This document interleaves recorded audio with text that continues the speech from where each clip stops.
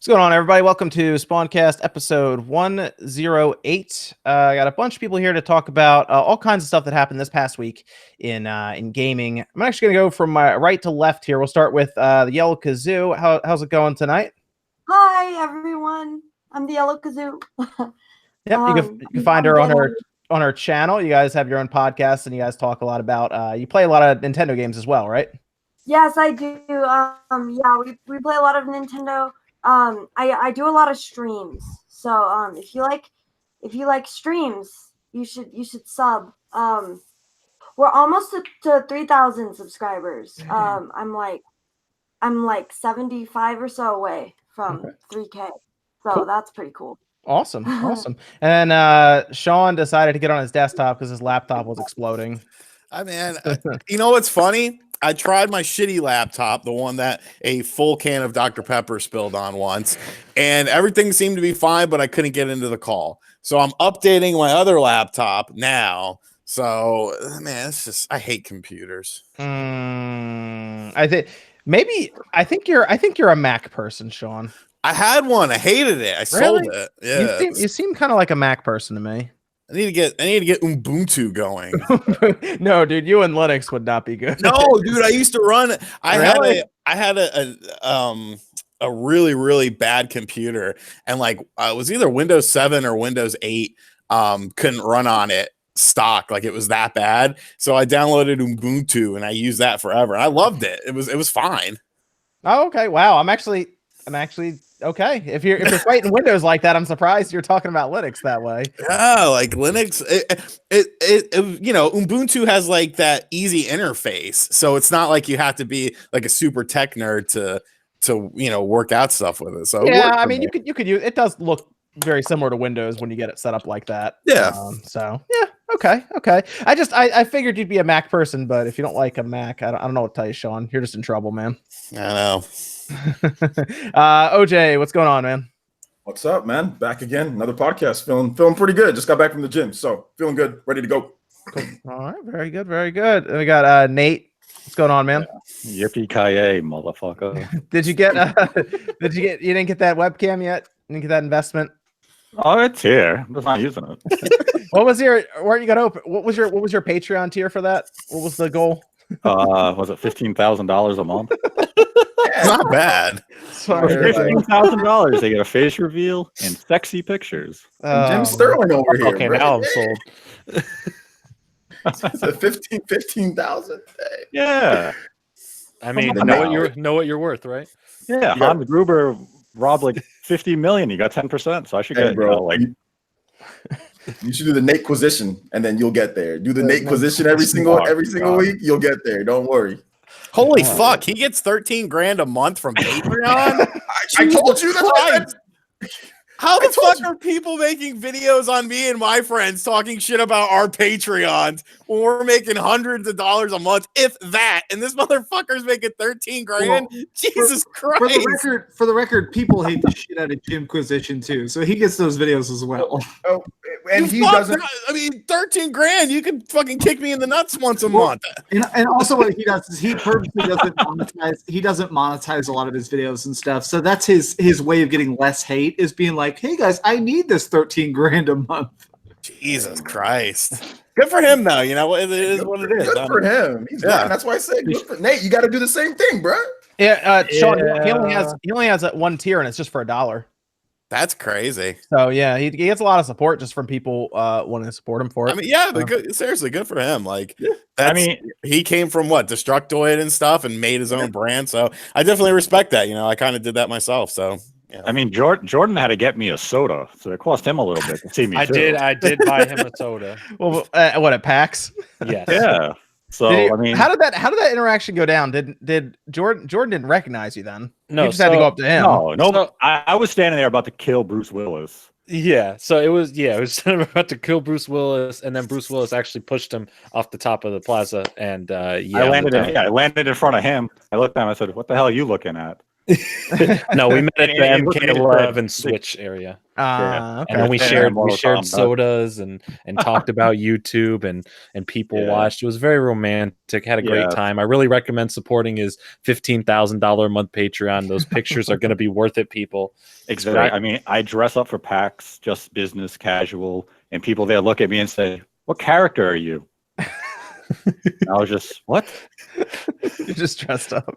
Yeah, I'm he's just just not dressed in professionally. a hoodie, like he's Yeah. actually wearing like business clothes. Oh, that's funny. If you didn't guess already, Jordan's with us tonight. What's going on, man? Hi, I am here, and I think Sean, you need to update your Patreon tiers so you can. I'm glad that your one lamp is here to finally show off in the background. That's great, but I think we need to upgrade that to Nice 2. lamp. And I got this cool thing. It's called Arctic Air. So that way I don't have to use the air conditioner because I wanted a fan. We're going to talk about Arctic Air very briefly here. So basically what it is, it's like a Get fan, that plug. but it has like, I'm trying to get sponsored, man. I'd like another one, but it's like $30 and I'm not about spending another $30 for one, but it's good. You put cold water in the top of it and it has a filter in the front of it. You take the filter out, you run cold water on the filter and then you put it back in and it just blows this cold ass air on you. Like it's fantastic. It's got great range too. Has a little light on the top. Very nice. I'm very happy. You actually have a lamp. Yeah, I got it. There's one lamp in the living room. It's just not very bright. I can't believe I can see furniture behind you. Yeah, I got some furniture. We got a little end table. We got a television. Got a coffee table, recliner, couch. I live, You know what it all started with, right? Was that pizza cutter? Changed your life. It really did. That lit the Changed your life. curtains and pillows. I mean, Looks like I'm you not gonna- rated a going out of business JCPenney. I mean, I'm gonna keep it real. The curtains, my grandma bought those because I wasn't gonna buy curtains, but she had them all set up. curtains. It's getting too light. Don't you talking like this, Sean? You need the curtains. What the hell's wrong with you? And people look at Oh. me, man, because she's Italian. Guys, that's the new character on the show, the Italian grandmother. Yeah, It's the first appearance. I'll have to play that for my Yes. grandmother since she's Italian. Then Max, Dreamcast guy, what's going on, man? Hello. Back from in game and just got done with Days Gone, so it's been a heck of a week. Cool.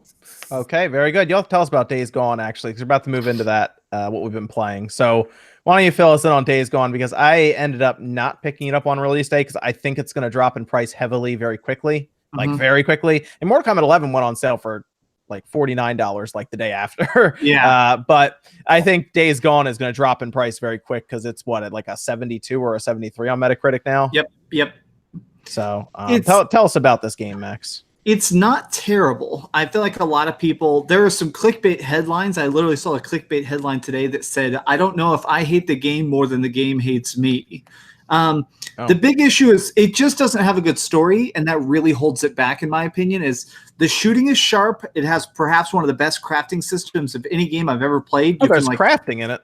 Yeah, and it's instantaneous. There's like a weapon wheel, and you could open it up, and when you just like mouse over, basically, like so to speak, mouse over something like your throwables, it could just instantly be like, oh, do you want to craft a Molotov cocktail? You have the supplies for it. Tap R1 or tap R2 to throw it. So super quick, super easy. Driving your motorcycle is super fun. Upgrading it is super fun. It's just not a good story. The universe kind of sucks. Yeah, but your wife tells you to ride her like his bike. I'll be honest, people are spreading that clip around. In context, that scene actually isn't too terrible. Like they spend so much time building it up. By the time they get to a wedding, you expect a cheesy line like that. They have so many. He plays a lot of pranks on her and stuff when they're flirting. They do a lot of flashbacks. A lot of flashbacks in that game. But he wore his hat to the wedding, right? Yes, of course he did, because it's weird. And also, I'll say something. I got the chance to play a very early build of it back in January. They definitely censored that. There was stuff in that game that was more violent in the preview build I played that they censored heavily, and I think that may be like a last-minute Sony thing, straight up. Weird, really. Anything Yeah, in like- particular, or just like Yeah, so- freakers getting blown up and stuff, or a lot of times when you're shooting stuff, like freakers would actually bleed, and now they almost have this like cartoonish like effect when they bleed. And stuff like there's a torture scene towards the beginning of the game where someone gets their arm burned. In the original version of the game I played, the guy was wearing a sleeveless jacket, and you actually saw them melt the skin on his arm. And now in the censored version, he's wearing a long sleeve shirt, and you just see it burn the cloth. It's just really weird, like stuff like that. Of like, it's not a big deal. It doesn't break the story, but it's just you can tell that Sony's doing that stuff. so is this a game that we should wait to go on sale? You think, or is it a $60 game? Okay. I would say treat it the way, like if you're somebody who's played a couple of the recent Far Cries, like Far Cry 5 wasn't that crazy, Far Cry 4 wasn't that fun, but if you get that at $30, it's a really good deal. Like Far Cry Primal, if you get Far Cry Primal for $20, that's a good deal. If you get this game for $20, you're gonna play it for like a weekend and love it, and then drop it and never remember it. Okay, got it. So just wait for it to go on sale. I mean, it'll probably, if it hasn't sold great, it probably will go on sale pretty quickly. So Yeah, that's a Black Friday pickup for the $20 section. oh, Ooh, that's a good point. dude, yeah. That's a good point. Maybe I will wait for it on Black Friday. That's a good point. Sounds more like a Redbox pickup and forget it on Monday. Hey, you got that 48 hours at GameStop if you want to go get it. Oh yeah, you do. I bet yeah. you GameStop might be regretting that. I want to see those return numbers. Like, I really want to see how many people like were trying to take advantage of that. Well, you get credit, so I mean, no matter I know you what, get credit, but I just Yeah. want to see the number of like how quick, like, did a lot of them get returned in that succession really quick and take advantage of that deal. it's a good I thing think that's for a really interesting deal. There's been a lot of memes. I saw a meme the Xbox community was sharing this thing, and it said the Sony ponies trying to use that 48-hour return policy on Days Gone. And it shows I a dude saw riding a that. pony. Yeah. Like- I have to imagine that GameStop is just banking on that game being too long for that 48-hour period to like return it before you beat it. Because Like it's a longer they made game, it isn't it? exactly 49 hours long. I don't think. Go ahead. I was gonna say it doesn't seem that long to me. A lot of people were saying that they spent 60 hours on it, and I have no idea how. I think I beat every quest in the game literally in 28 hours. I mean, that game was not long in my opinion. Not as long as some other reviewers were acting like some people are saying 60, some people are saying like 45. I don't think it was over 30 hours. But for some people, like that could be like that 30 hours could be spread out over like 2 or 3 weeks. Yeah. So- Yeah, like that's what I'm saying. Like, people think that the 48-hour return thing, like people are going to be, returning. First off, you got to get your ass in the car and drive down to your GameStop. Some of us have GameStops very close by, so we're lucky, but most of us really That don't. is So true. you got That's a to, good factor in that. Plus the average person, when we buy a game, we go home, we play that game like immediately, instantaneously. Some people don't do that. So I don't think it'll be as big of a deal as people make it out to be. The average gamer doesn't play games like we do, I don't think. The average gamer doesn't even play games; they just bitch about it. Whoa. Like the average Star Wars fan, they just yell about Star Wars. What about you, Kazoo? What have you been playing this week? I've been playing a lot of Splatoon. I honestly love Splatoon. So I haven't back to like Splatoon 2 in a long time. It's been a while. It's been a long while.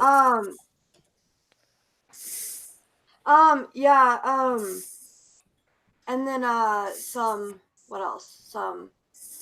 Mostly just a lot of Splatoon. I've been checking out the Labo VR, of course, which I'm actually really excited about. I really like the Labo VR. I think it's really cool.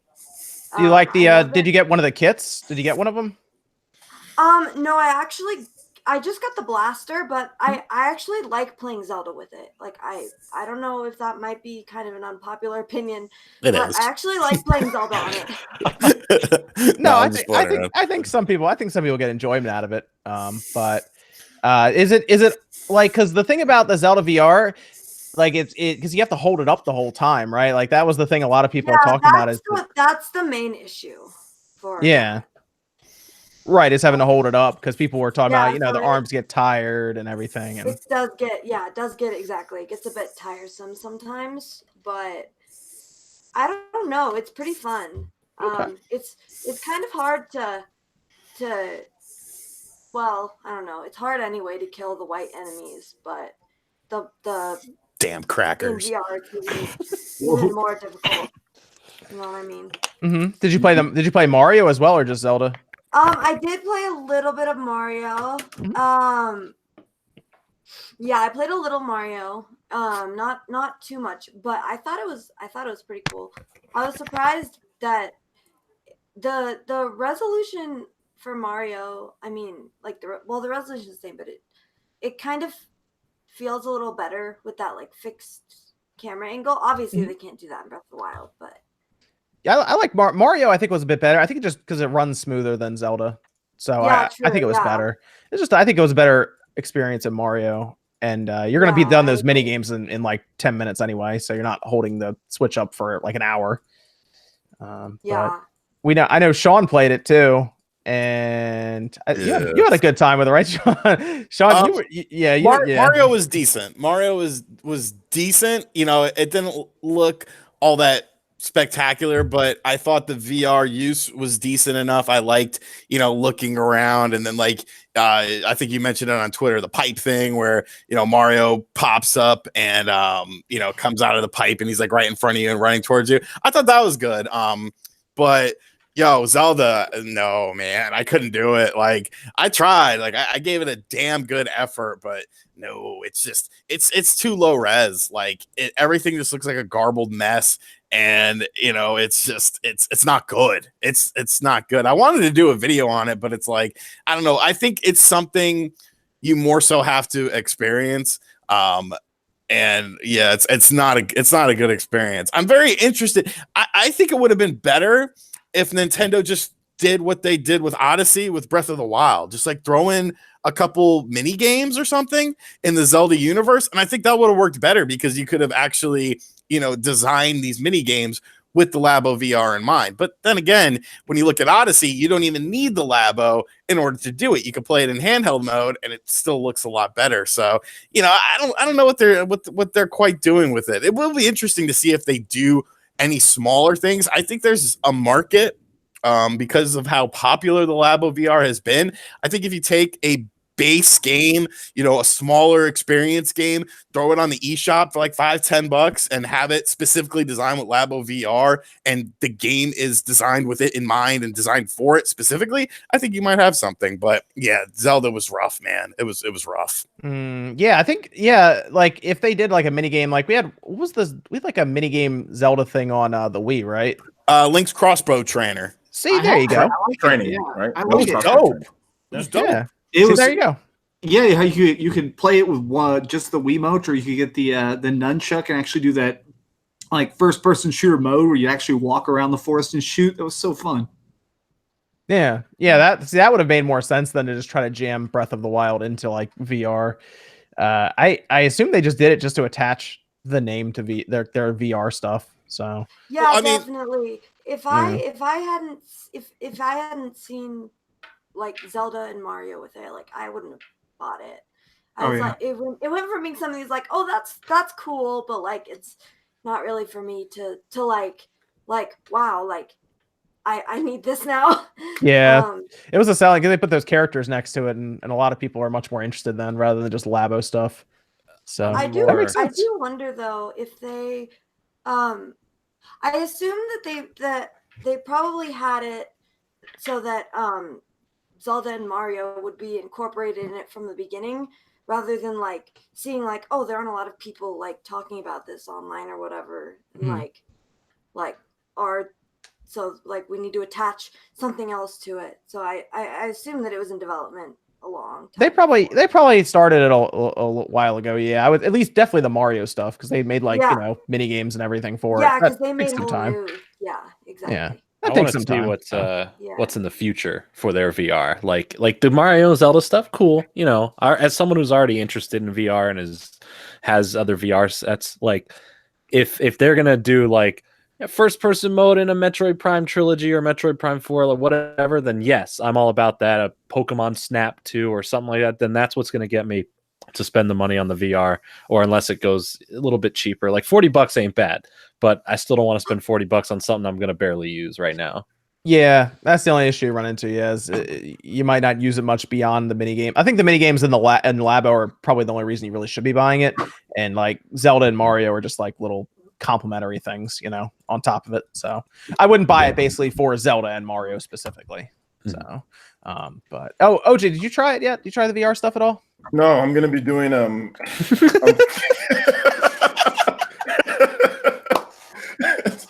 Yeah, you are. I'm gonna be doing a video on it. Well, I'm gonna be working on it on Sunday.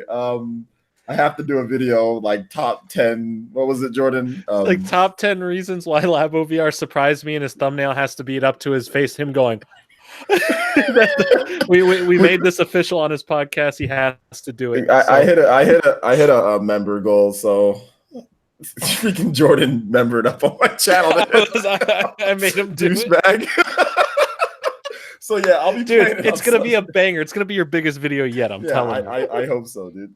So yeah, I'll be playing it on Sunday. I've been playing on Mortal Kombat and Dragon's Dogma. So how's Dragon's Dogma going for you? it's really good on the Switch. This is like good cop, bad cop, but with Capcom. You know what I'm saying? Like yeah, so Capcom. I picked it up too because it was $30, and it's weird because it's a 16 gigabyte cartridge. Yeah, it's about 12 gigabytes on there. So they even they didn't cheap out. Like they could have easily put the 8 and said, hey, you guys download 4. But they're like, nah, you guys can have the whole game on the car. Oh, and by the way, it's $30, not like what they did with Resident Evil, So it's a great deal, man. It's a great deal, and it's a really good game. If you haven't played Dragon's Dogma yet, it has all the content from there. A couple certain Nintendo Switch features thrown in there. It looks good. It runs really good. It's a great game. I only played the demo back in the day. I'm on the 360. I never played the full game, and I'm having a lot of fun with it. I'm gonna play some more probably later tonight on stream. But yeah, it's great. And it's only $30. Like I got it. I have still have the Best Buy Gamers Club until later the year, so I got it for really cheap, and it's well worth it. So like I said, Capcom. Sometimes Capcom does a great job with their stuff. Sometimes they don't, but this one is definitely worth the $30 with all the content that it has and how it plays. It's fun. It's a great game. I like the climbing feature, like where you can climb on top of them and like you can just like hack away. Yes, that's really cool. Yeah, it's like I've never played the game either, and I actually was kind of like I got the game in, but I didn't start playing it until like 2 days ago. But yeah, I'm enjoying it. It's definitely kind of Skyrim-ish. Yeah. So if you like Skyrim, you'll definitely like this game, and the fact that it's only $30. Combat's a lot better than Skyrim, though. Like the way that it moves, like the action. It's more fluid. It's much more fluid. Yeah. Although the progression system might be better in Skyrim. Yeah, maybe just arguably, I guess. And you could do different classes and stuff like that. So I mean, yeah, it's really cool. I'm kind of interested in the length of the game though, as far as main quest. Like, there's a ton of side quests, but it seems like I've just been doing main quests because I got stuck at one point and I looked on an FAQ and I was like halfway through all the main quests already, and I really hadn't been playing the game all that much. I want to say it's about 8 hours for the main quest, which sounds short, but there's a lot of side quests. And if you choose not to like rent heroes and do all the like assistant system and everything, it's about 8 hours to beat. Not counting grinding time. It's relatively short, but god dang, is it a fun? God dang, it's so focused. Yes, it is. Great game. I played it back on the 360. It's a good game. Same. I might pick it back up eventually for the Switch. Did you get that Sphinx yet? I didn't. I can't find it physical anywhere around. Oh man! So I'm waiting for too many games because you said there's someone who may have it for a good price. Someone will probably have it there. Like I said, Wood found some good. He found some good Switch stuff there last time. So yeah, I'm still on the hunt for. I mean, I have it digitally. I just want that physical on my shelf. Cool. Yeah, man. Yeah, definitely. So wait, who got Mortal Kombat? I got it. I got it. What did everyone get it on? I got it on the PS4. I got it on PS4 Switch as well. PS4. Yeah. I got it on Switch and I got it on PC. Well, they sent that big. They sent like that big box to my house. You know what's funny? So your edition. Correct me if I'm wrong. When you got your the case for it, you got the one that has the metal coin that goes on the top and is magnetic to it. Yep. And on the spine it has a cut down the middle, right? And it opens like perfectly. So they cheapened out. So I thought that that's what they were doing for all the premium editions. The premium edition is just the regular steelbook. There's nothing different about it, no coin or anything, which kind of sucks. But they spent more money on producing this packaging than your metal coin packaging, because metal packs, which that one is, because Steelbook's an actual company, they spent less money to make your version than the standard premium version. Yeah, that one's like $300, I think. The cost is more on that, but like the actual casing for it, they used a cheaper casing, which I thought was really weird that they didn't just universally make it all the same. Yeah, as someone who collects Steelbooks, I just noticed that in your video, thinking that, okay, then mine's coming in as a metal pack then. But when it came as a Steelbook, I was surprised. I was like, that's really weird to me. The scorpion mask is kind of cool, like the little stand. It actually is cool. I watched your video, like that's legit cool. And I think you get a lot more out of it, Jordan. You can actually have it. What? I think you'd actually get use out of it. Yeah, don't BS me right now. I'm remodeling down here anyway, and all my stuff's getting put away in the attic and stuff. You can actually have it. So are you serious, dude? Yeah, too many games. I can give it to you. Oh, I think you'd actually get. You have a nice like shrine of gaming stuff behind you. I think you'd actually display it. So yeah, you can have it. Wow. Oh my god, dude, my heart's beating. So thank you so much, man. I appreciate it. Okay. I mean it's made of plastic. I know, but that's still like a very kind gesture. I know it's not like, 10K gold or something, but I appreciate it, man. That's really nice. Thank you. Yeah. I'll bring it too many games. I'll throw it in the trunk and bring it up there.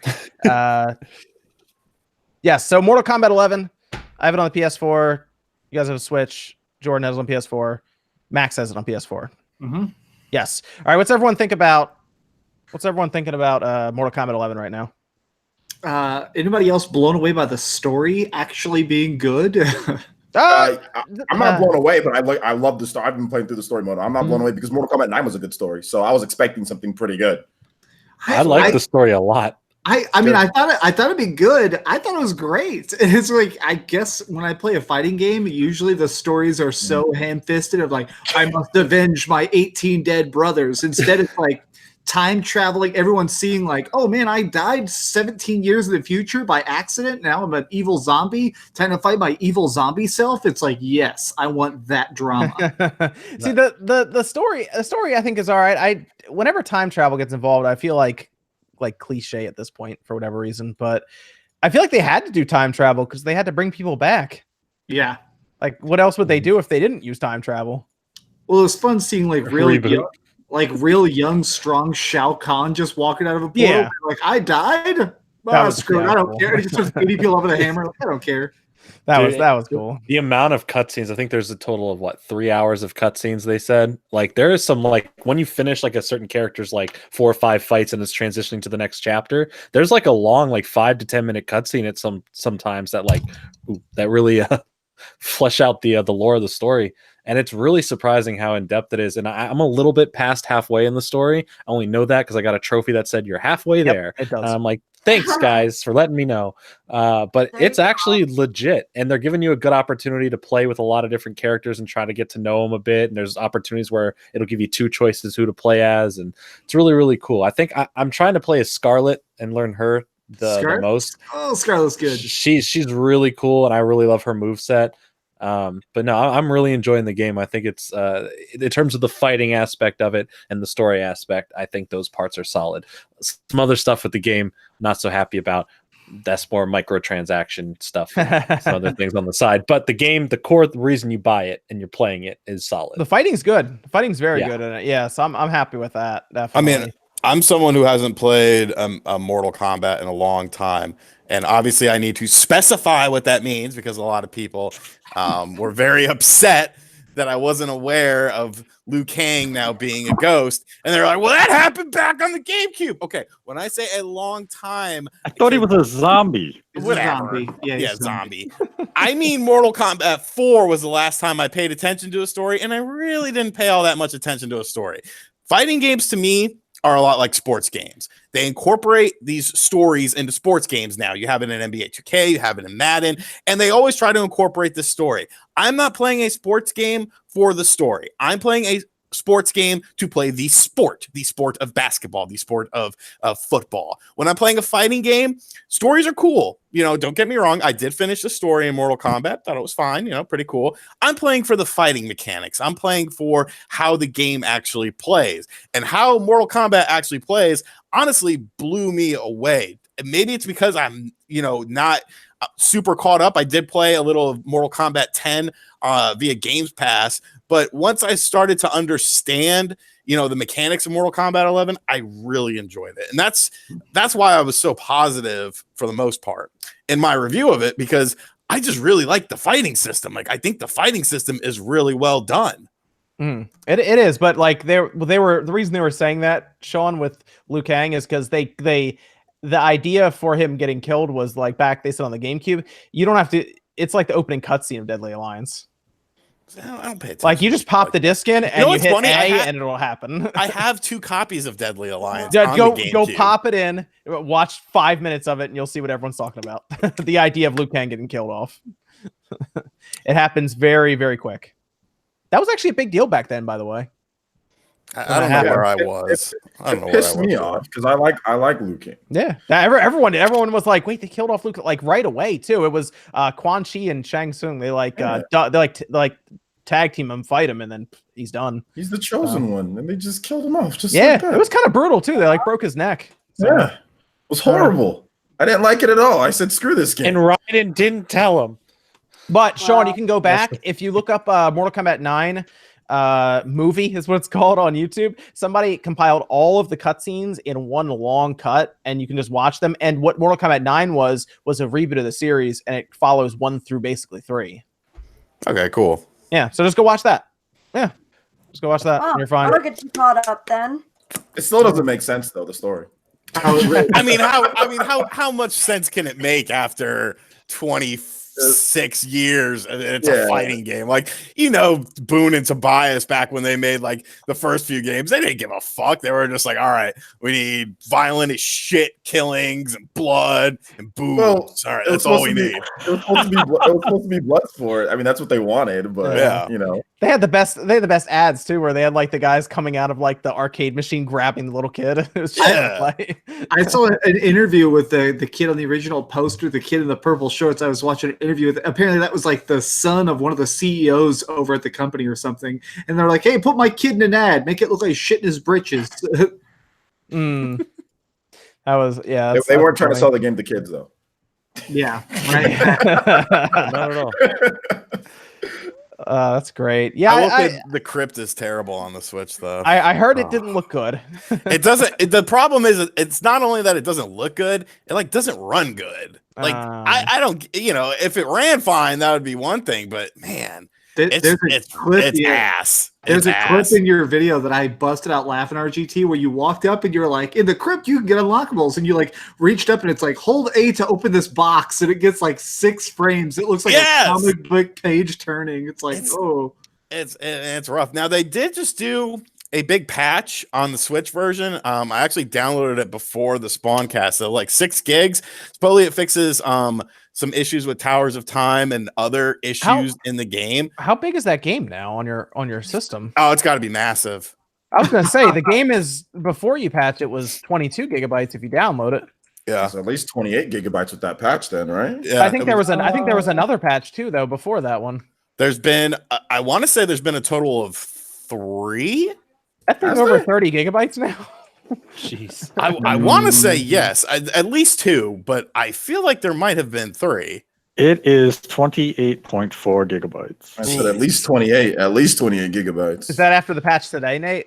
Yeah. Wow. Okay. Yeah, that game's gonna be over 30 easy then.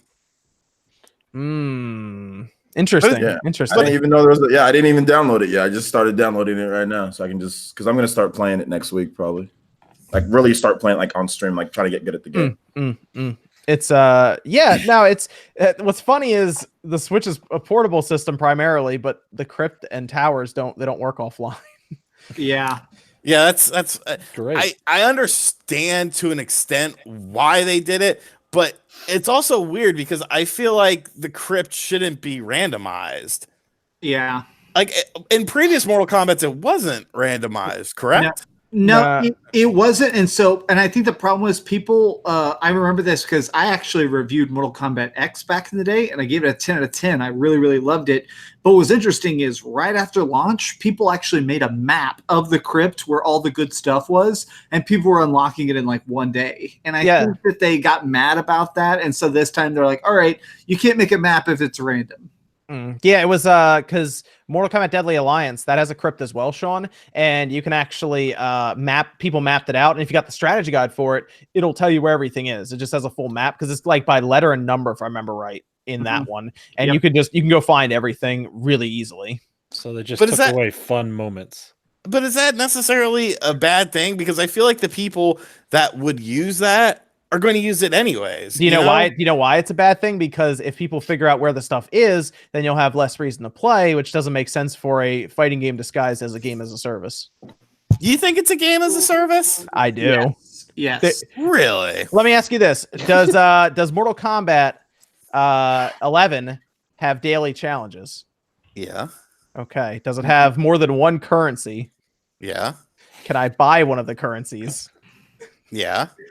That's a game as a service. Does it have over $6,000 worth of purchasable?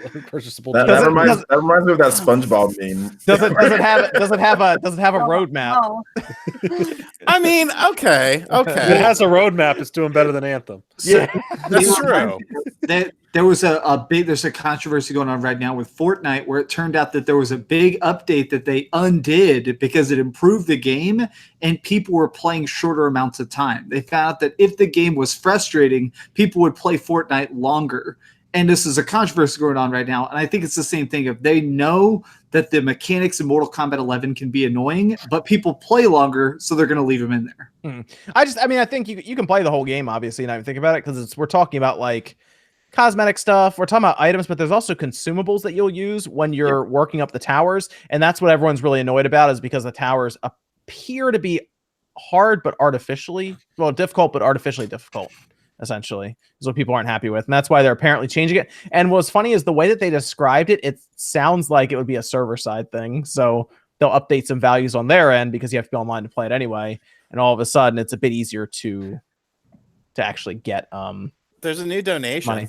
Yeah, it's a good one. Oh yeah, well, it's from my long lost mother. Here we go. John, your pectorals are superb. How many reps do you do when you train with weights? Will you give your fans what they want to take your shirt off for an episode? I'll think about that. Maybe we'll do that down the road for a charity event. How about that? It's a good way to do it. There you go. You should do that. What a Twitch thought. There you go.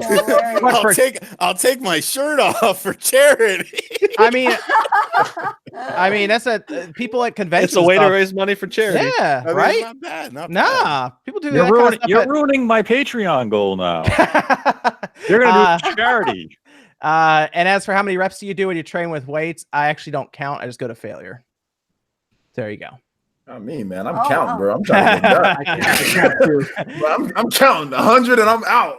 Like 100 total, I'm out of there. I don't like the gym. I go, but I hate the gym. The only time I count is if we do endurance stuff, and just so I can see how I do week to week. That's all. So if it's like 25 reps per set, then I'll just count that out. But I'll try to get to 30 if I can. As soon as I'm done 40 minutes on the cardio, out. There you go. I don't like the gym. I don't work out that much. Yeah, so that's what I recommend that for me. But yeah. What were we talking about just then? Mortal Kombat, right? Yeah. From Mortal Kombat to a gym. Mortal Kombat. Yep. Mortal Kombat. I mean, if anything, the game makes you want to, get in the best shape because it's like some of those fighting moves in the game are ridiculously cool. What do y'all think? There seems some people in the Mortal Kombat community seem real annoyed about how Ronda Rousey just basically doesn't even voice act. There's like a clip where they're like surrounded by monsters, and she's like, "If you're gonna kill us, let's get it over with."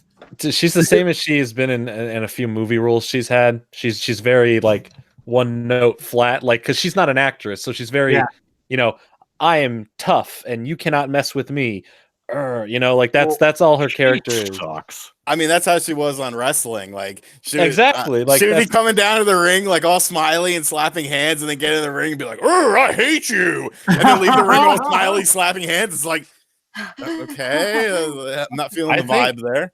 I think some of the best voice acting is definitely coming from Johnny Cage this time around. I think Johnny Cage is like the most entertaining, especially when he's dealing with his younger self. Yes, it's really funny. I love the one where the young Johnny Cage is fighting older Johnny Cage, and he goes, "We are sexy bitches," and it goes the other guys, and goes, "Sexy bitches." And the old one the young one gets shot in the face, and the scar appears on the old one's like, they shot our face, not our face. He's like, I think Johnny Cage always has like the best. Like in Mortal Kombat 9, he was super funny as well. You know, like in the story mode in that. I'm not sure how it was in 10. Really well. But like you got to make sure Johnny Cage is done well because he's such a douchebag, and you want to make sure that you put that in there like that. You know, like he has that like attitude to him, so he's got to be done. So a lot of the voice acting in this is very overacting because it's it's the style which is fine, it fits that, but you can tell when Ronda Rousey where she's not even like into the overacting, and there's someone who can take the overacting and make it also good, like Johnny Cage's character. But like I've had a good time for the most part. The voice acting is pretty damn solid. Why did Johnny Cage fight his past self? That doesn't make sense. Because he was being disrespectful. Yeah, but wouldn't you be worried that you might accidentally hit him and he falls and like listen, the game falls into a pit of spikes or something, and then you die? You've played the story, right? Have you played the story? It literally starts out where the mom comes in and is like, "All right, show me what you got," and then there's like literally pulling fatalities on her, shooting her in the face, and like it's a game that has no like realistic ability about it at that point. It's just ridiculous when you get it doesn't make sense. Frost is like X-ray. She impales you through an ice thing, and she impales you once through the face, and then she impales you again through the top of your head. By the time you even move to the top, your face is already healed. Like, dude, she impales you, and then your face regenerates, and then impales you from the top. It's like, whoa, that is the fastest healing that I've ever seen. I also think that the AI in the game, when you're doing at least in story mode or fighting, they're just Wolverine regeneration. More than people online, the computer AI himself in the story mode is more spammy than anyone ever online. Like Cabal and Sector. Like there's literally a part where I was fighting Sector and he just kept doing his flame and his flame and his flame and would not let me get up. And I was like, this is the story. I can't do anything. Like I can't even break out of it. And I tried for it's like, all right, I see how this game is. And Cabal just keeps spinning me in circles. I don't like Cabal very much for that reason. Cabal a bitch, but it's pretty fast. Did we did we play anything else? Anything else good this week? Yes, I did. What did Sean play? I got some new toys. I got 2 new arcade 1-up systems. We covered both of them on the channel, and I enjoy them very much. What's you got the Mortal Kombat one, right? That has 1, 2, and Ultimate Mortal Kombat 3, right? I did. I picked that one up yesterday. They weren't supposed to release until May 15th, but like Walmart's just started putting them out. So the Final Fight one, I found one via Brickseek that was like 25 minutes away. And I drove and picked that up. And then the Mortal Kombat one, I had a friend of mine actually just call down to Walmart because I hate calling Walmart. And they had one there in the back. So I just was like, holy shit. So I got in my car and just drove down there and picked it up. But yeah, the Final Fight one is great. The Mortal Kombat one, I did have a problem with it. And I thought I was going to have to blow a gasket because the joystick wouldn't go down. And I got really pissed off. But you've got you can take because it's all like built into the controller console of it, like as far as the actual games are concerned. So you could detach the ribbon that attaches to the LCD screen and take that controller port out, of course, because you have to assemble it that way. But you can open up the bottom of the joystick compartment, and one of the connectors for the up down came loose. So luckily that was all it was. I just popped it back in and it worked fine. But yeah, it's dope. It's dope. I really like it. So how much are those machines, by the way? They're $300 a piece. Okay, because Joshua O'Connor in the chat brings up a good point, and he said, "But did you get the Pro controller though?" No, I had to get these. Oh man! Look, I figure it like this: I can currently play my Nintendo Switch games via the little dog face thingy. I could not play Final Fight, Strider, Ghosts and Goblins, and 1944 via an arcade system until I bought that. I could not play Mortal Kombat 1, Mortal Kombat 2, and Ultimate Mortal Kombat 3 via an arcade system until I got that. See, you got to factor it like that. It's very different. I mean, that's yeah. The only thing I played and it annoyed me is I'm still playing Final Fantasy 14 and they're doing a crossover event with Final Fantasy 15 where Noctis gets sucked into their universe and it's terrible. The event is terrible. You have to do it's basically a quest line where you team up with Noctis and everybody wants to fuck him. And I'm not joking about that. So everybody is basically trying to bang Noctis and they're trying to do all these interviews and he's like, oh, me? Am I that big of a deal? It's so cringy. And it ends with a boss fight where if Noctis gets hit, he dies. And you have to do this giant boss fight. It took me like 80 tries. I hated it. Dude, that's like everyone on Twitter just want to get with Noctis. That's crazy that they made that a real... Yeah. Now, in official storyline now, everybody wants to see how that dick tastes. It's canon now. My God. Yeah, it's canon. Oh, no. Wow. Well, This pretty much sums up Final Fantasy 15. Right? hopefully they'll get a lot of new signups from all these people on Twitter then. What about Nate? What you been playing, man? Is it Mortal Kombat mostly?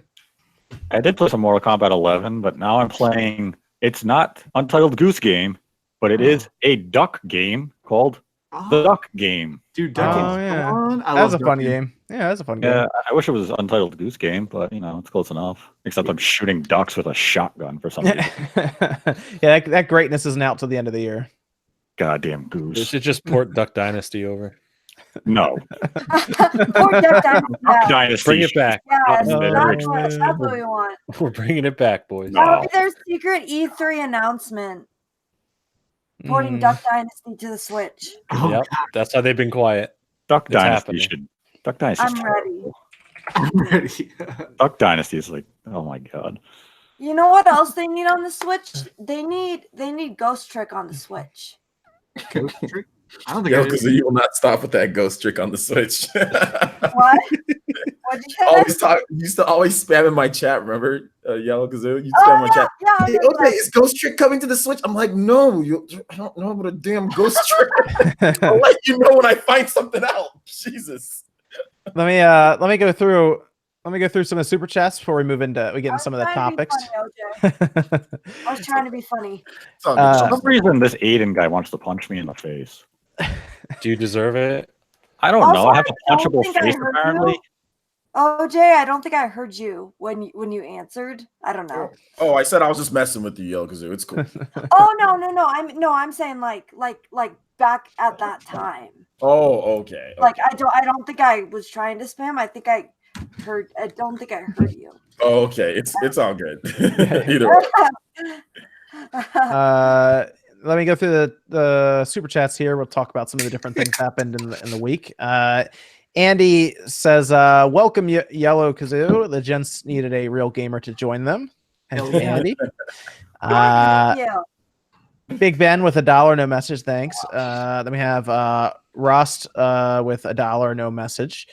Andy Ackerman then says, you all need to be more respectful. Nothing nice to say. Don't say anything. That's from Andy. That's true. Eric says, Cell Damage HD is good on the Switch. I haven't grabbed that one yet, but I see a lot of people talk about that. That's like an older game from what I remember, right? I think I had that on the original Xbox. It's a racing game, right? Yep. Yeah. Huh. Interesting. That's like it's like cell shaded, right? I think I'm right. Yeah, it's one of the first. Dude, the rise of cell shade is coming back. Maybe. I was playing Jet Grind Radio though, Max, on that HDMI Dreamcast. That looks sweet through the cell shading. I know I'm the only person where I hate Jet Grind Radio. I love Jet Set Radio, but yeah, I still would totally play that HDMI. Dave with $1, no message. Thanks, Dave. Lane with $1, no message. Eric then says, I'm still super hyped for Untitled Goose Games. There you go, Nate. Damn right you are. And then Scott's Game Room, no message, both $1. Thanks, Scott's Game Room. All right, so let's move over to some of the stuff that happened this past week. We had Persona 5S announced. That was Persona 5 Scramble, right? Yeah. And that was it's a Dynasty Warrior style game, if I'm correct, right? It's a Warriors game. Yeah. That's exactly what the Switch needed. Another Dynasty. I'll admit I'm not a big Warriors style fan. I thought it was going to be a fighting game. It turned out it was a Dynasty Warrior style game. So I thought it was going to be like their arena style game or something. Yeah. But it turned out to be a Warriors style game, which is interesting. I'm not a big Warriors fan, but I'm sure someone is. So I like Hyrule Warriors and I like Fire Emblem Warriors. So okay. I don't like the actual like Dynasty Warriors though, or like because those ones feel generic to me. But when they theme it after a franchise that I like, then I'm more into it. Isn't that like, aren't we up to like Dynasty Warriors 9 or something? Just as like the main line? Yeah, I guess I could see why people would, why that would kind of come off as like generic after a while. Well, and it's that we've gotten so many people. Some guy on Twitter made a list of all the Musus that have come to Switch already, and it's actually way more than I thought. So I understand the fatigue. I'll be honest, I'm disappointed because I love Persona 5, and Persona 5 Royale looks amazing. So I was hoping that Persona 5S was going to be their way of saying like it's the small Royale, and it's not. I mean, I got disappointed. I hyped myself up for a project that doesn't exist, so it's my own fault, but I am disappointed. Oh. Yeah, well, I mean, Persona 5, the Royal looks like a good one to grab if you haven't even played Persona 5 yet. You can basically jump in and do all that. I think that's the only issue that I have, though. It's like, because they are adding stuff in and everything, but for people who've already played it, you've got to replay it again. It's not going to be just like an update. You know what I'm saying? Yeah, it's not like, that was what I was wondering about, too. That. Or like it's not like an add-on, you know. It's like you got to replay everything. I mean, they add a bunch of stuff and it's cool, Persona 4 Gold and all that, but you got to literally replay the game again on top of it. So I don't know. It's a long game. That's the only issue I have. I mean, because I did that with Persona 4. I played it originally, and then Persona 4 Golden comes out. I was like, okay, well now I need Vita, and I also have to play it again. You know, and it's long. So man. They did the same thing with Persona 3 too. Extra content, huh? Yeah. They did the same thing with Persona 3, where there's Persona 3, and then there's Persona 3 FES.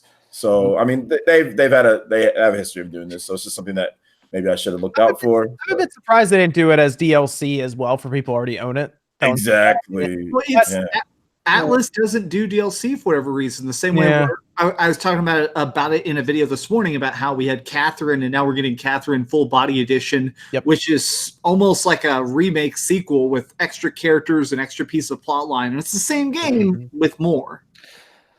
Yep. Yeah. It's still that's like their best selling Persona game right there. You know, 2.7 million. You figure to do something like that, like a DLC thing. But I guess they just want another edition to sell more. That's basically the way to look at it.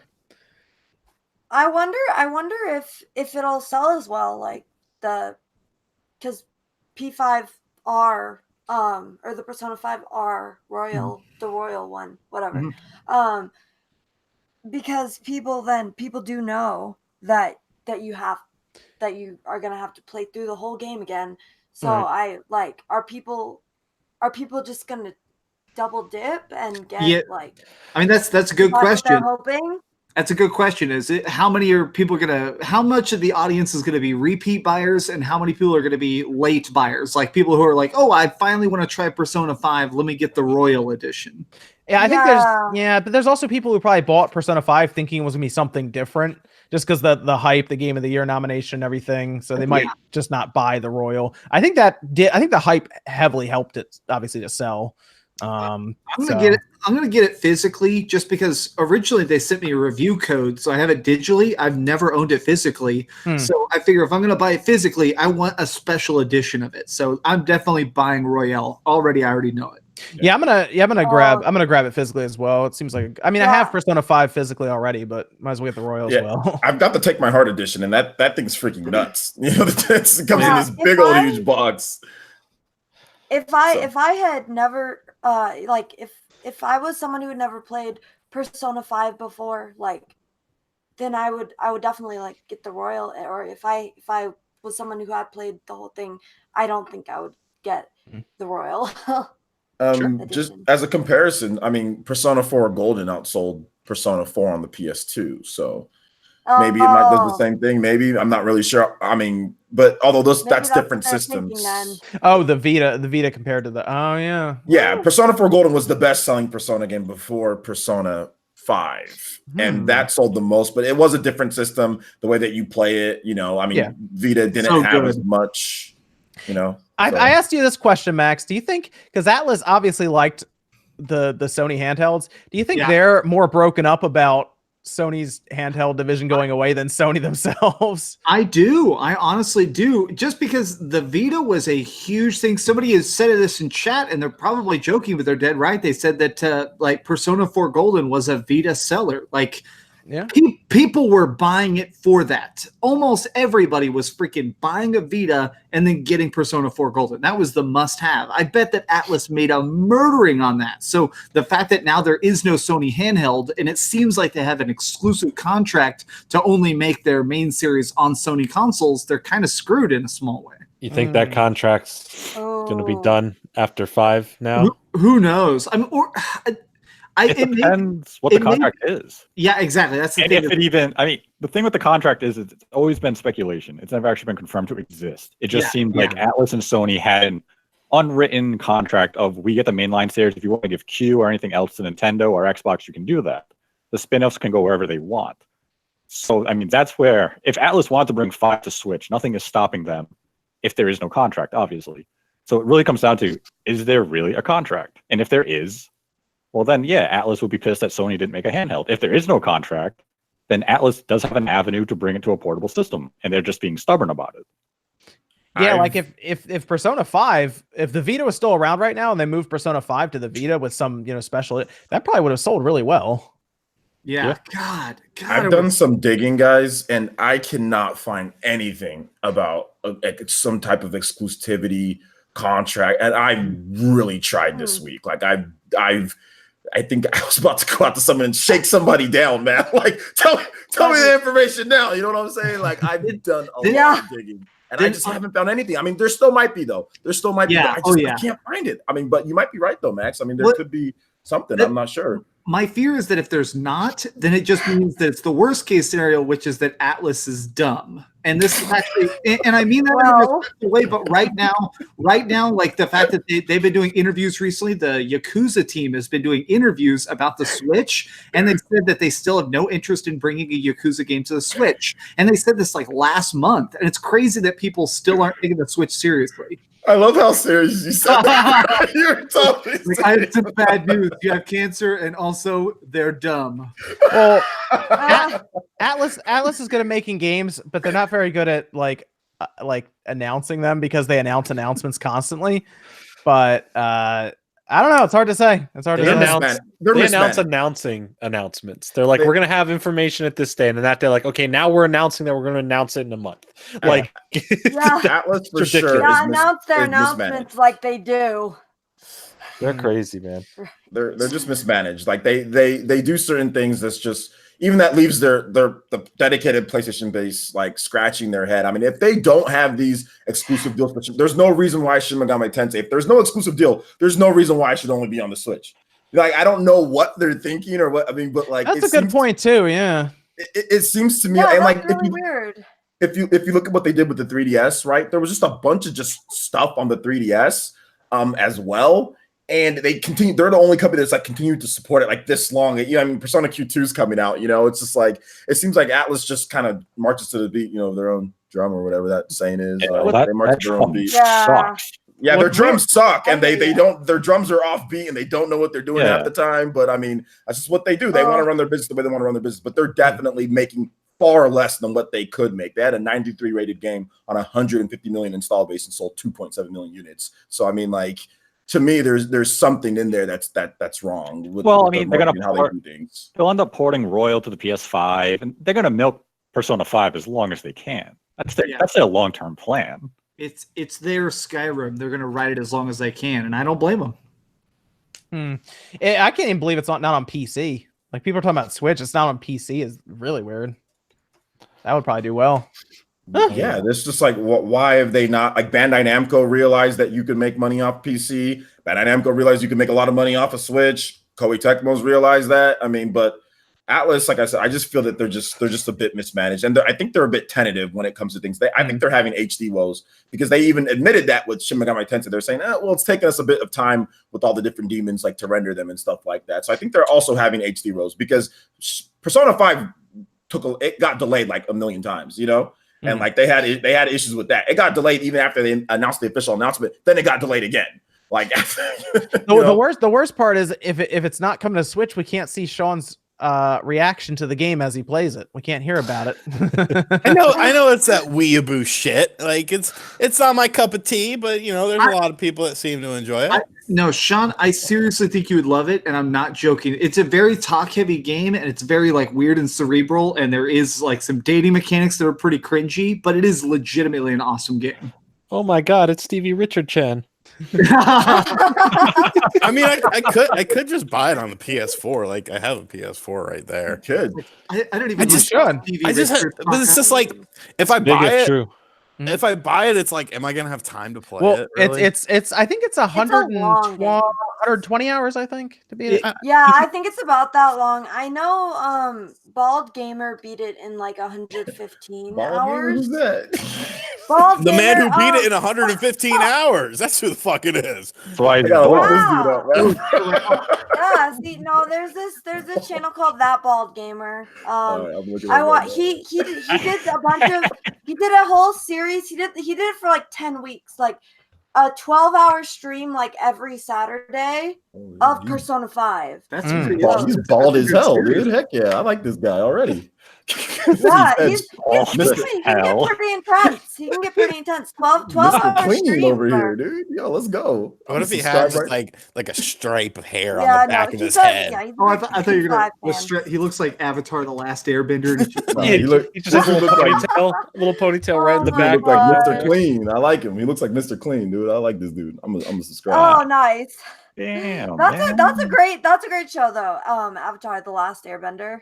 Sean, they've been putting that on sale digitally a lot. Then all the PlayStation sales, keep your eye open for it. They've been selling it for 15 to 20. Well, and are you talking about? 100 hour Persona? Persona. Yeah, it's part of PlayStation Selects.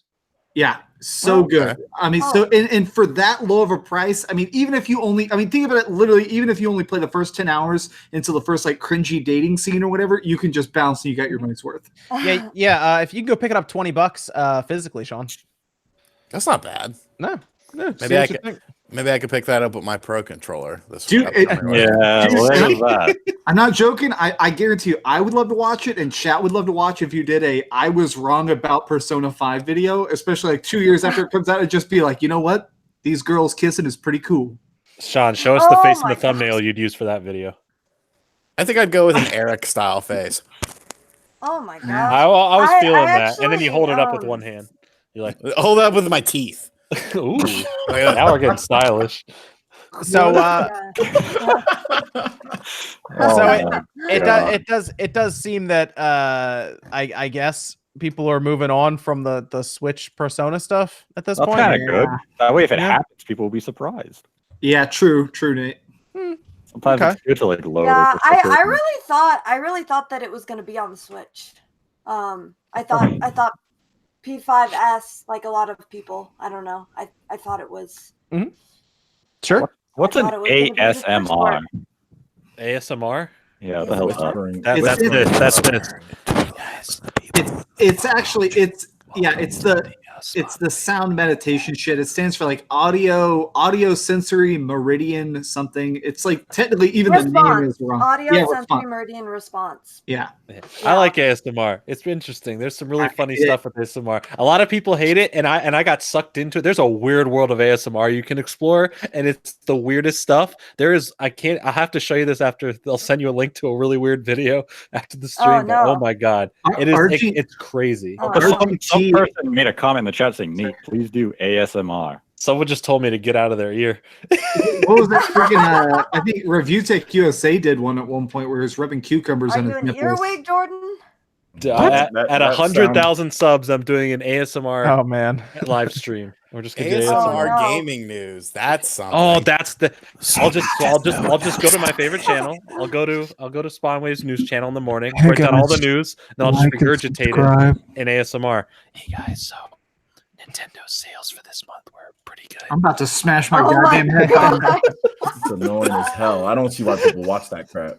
You know, I'm not really into it either. Guys, you gotta get into. You gotta. Well, the thing of it is, on this, it's huge. I feel like there's a very heavy sexual overtone to it, and that makes which coming from me, that sounds weird that I would be against it, but like I'm against it. Like I don't know, like it's just I don't know, like when you see some like hot chick with like a balloon and she's like rubbing the balloon, it's like I want you to relax right now. Yeah, it's no, like, that's what I don't like about it. The thing that grosses me out with it is the mouth sounds. That's the one thing that every time I hear it, I go, I can't. It's like someone's chewing in my ear, and I'm like, stop. This is everything else is fine. You can scratch a balloon, you can do whatever. The second they use their mouth, they're like, relax, start chewing stuff. I'm like, no, stop. There was one my friend once who said, bro, I fall asleep to this one every night, and it's a person folding laundry onto a microphone. It was just and I was like, this is the dumbest shit I've ever fucking seen in my life. I like mic scratching. I like light like mic tapping because that's weird. No, it's very common. Otis in the chat. Otis in the chat has got it right. The best ASMR is Bob Ross. No, think about it. His voice is so calm and soothing. The brush strokes and stuff. When he takes a little thing after he like dips it in the water and he like hits it, he's like, that was OG ASMR shit. It's true. So there you go. John's like, shut the fuck up. Get back on topic. Can we move on, please? Let's move in. I regret asking a question. Yeah, I know, right? Well, now you know. I'm never asking a question again. Screw you, chat, for saying weird shit. Let's move into we have two financial reports to give us some information. We have one from Sony, one from Nintendo. Let's do Nintendo's first. They shipped another 2.5 million Switch units almost. So they brought them to 16.95 million Switch systems for the fiscal year. They were, what's that mean? 50,000 below their target then. So they're pretty close. They're right there basically. And overall, they did pretty well. They made a lot of money. Mario Kart is at like almost 17 million units, which is ridiculous. My God.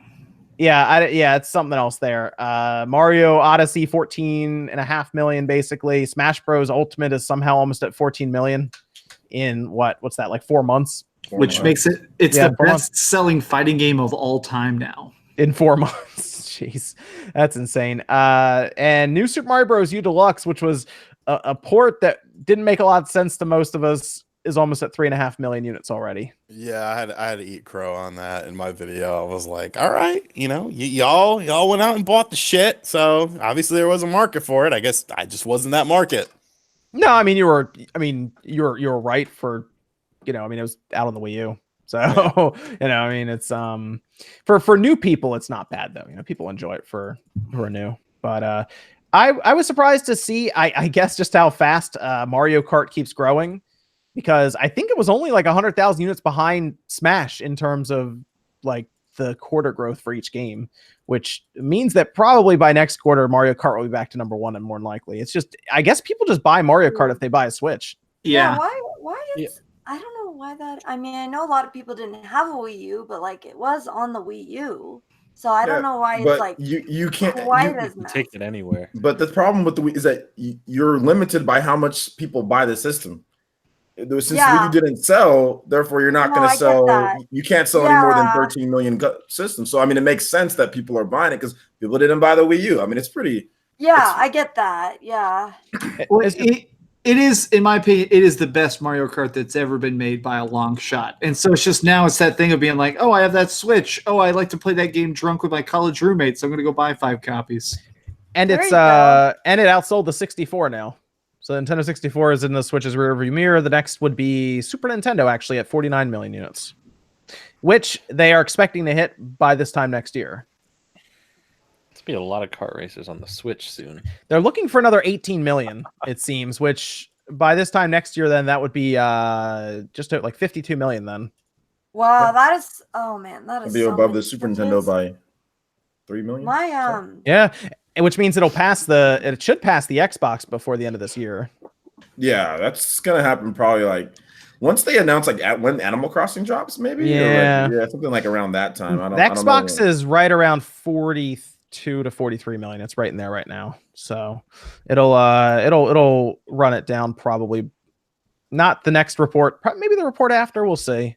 The summer, you know how the summer is for games, but definitely. I mean, over Christmas, we kind of know what the Switch is going to do. So Summer's kind of crazy though. it is. Yeah. It is. There's a lot of games coming out. in the all summer. at the same time. Like you put Mario Maker right at the end of June. We Oh already my have a gosh. crowded July. Oh, I'm so excited Like- for Mario Maker. Yep. The hype is That game is gonna destroy streaming. Like it's gonna be Oh, everywhere. yeah, totally. Yeah, because Nintendo's fine with it now. I know it's gonna Oh, be yeah. crazy. Yes. I know.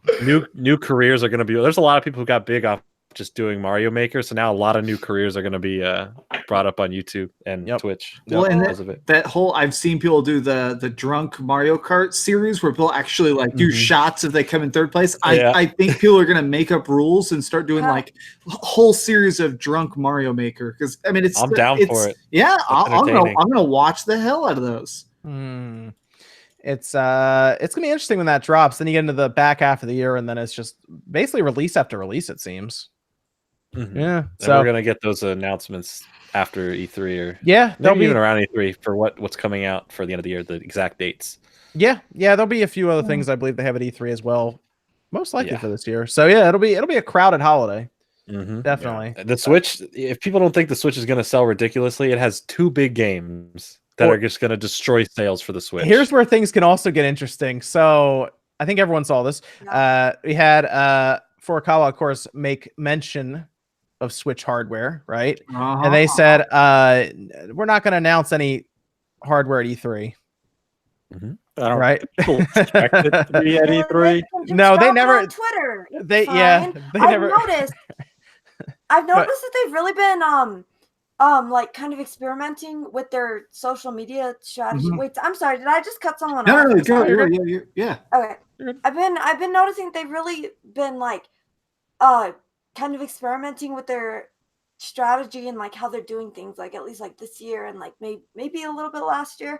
But they did more directs last year and less announcing on like Twitter and stuff, it seems. But now they're like they just dropped Mario 2, and I was like, well, I guess that means no direct for April. But yeah, I think it's really interesting about how they're doing all this with their social media instead of going the more traditional route with the directs. I wonder if there must be something going on internally with their PR team and stuff. I don't know. It So I think seems it's to be working. It seems to be working. Well, and it sounds, from what I've heard, it sounds like they were going to do a direct at one point, and they just decided to release it all on Twitter. And maybe it's just that they realized, oh, we're getting just as many engagements. People are making just as many videos. Like, if not more. It's the spread of information on a Twitter compared to setting up a whole presentation and going through it. Like the Oh, yeah. second you put a tweet out, it's a lot that more information's thought- around the world. yeah. And it's Yeah. one of these where they're like, okay, More instead of accidentally, it sort of reminds me. I've heard a couple times of companies accidentally overshadowing themselves. It's like, now we can space stuff out. Instead of dropping 20 cool trailers in a 30-minute direct, we can just space them out over 48 hours and be That is trending for true. 2 days straight. That's And the very guy's true. words. And the guy's That's a words very are good very specifically said. Not at E3. We're not going to see hardware at E3. So expect something. It's in Oh, the yeah. wording. It's always in the wording. All right. People are like, oh, For they just sure. confirmed Well, no new hardware, no Switch I Mini, mean, no Switch Pro. fuck. Just wait. What was Like, what no, was the they didn't system? confirm that. They absolutely did not confirm that. What was the handheld that Reggie said? Oh, we're not doing it, and then 2 days later, Nintendo announced it. DS Lite. DS Lite. They literally said no, there is no DS Lite coming, and then 2 days later, literally 2 days later, This is where I don't understand people. They drop it. Their marketing and their PR is deliberate. They say we're now announcing at E3. Well, that means it could be before E3 and it could be the day after E3. Yeah. It's just within E3? that week. But people seem to like, oh my god, it means nothing for 2019. No, if they actually just shut up, read or listen, No. they can understand what they are marketing and what they're saying. They're a smart PR company. They know how to market. They know how to get people to sit there and say, well, jump to stupid conclusions. But they're very deliberate and they're very clear. It's not at E3.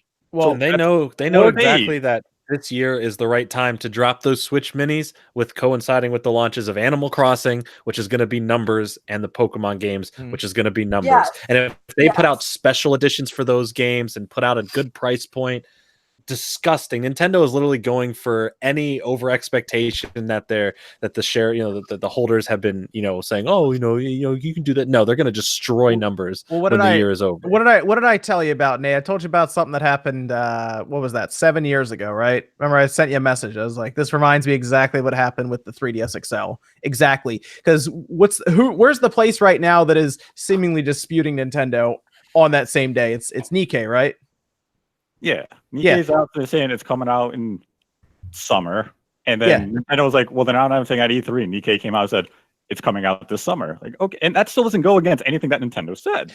Right, but in 2012, Nintendo said that a revision was not coming, and they actually went out of their way to go against any of these publications. And guess which publication told Nintendo that they were coming out with a 3DS XL? It was Nikkei.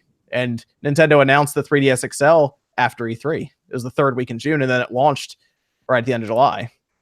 Yeah, I mean, you have to look at Nintendo marketing for a Switch Mini. If you announce it, let's say they announce it Monday, then it has to launch very soon after, because the second you announce a Mini for a lower price, you're going to see sales of the current Switch.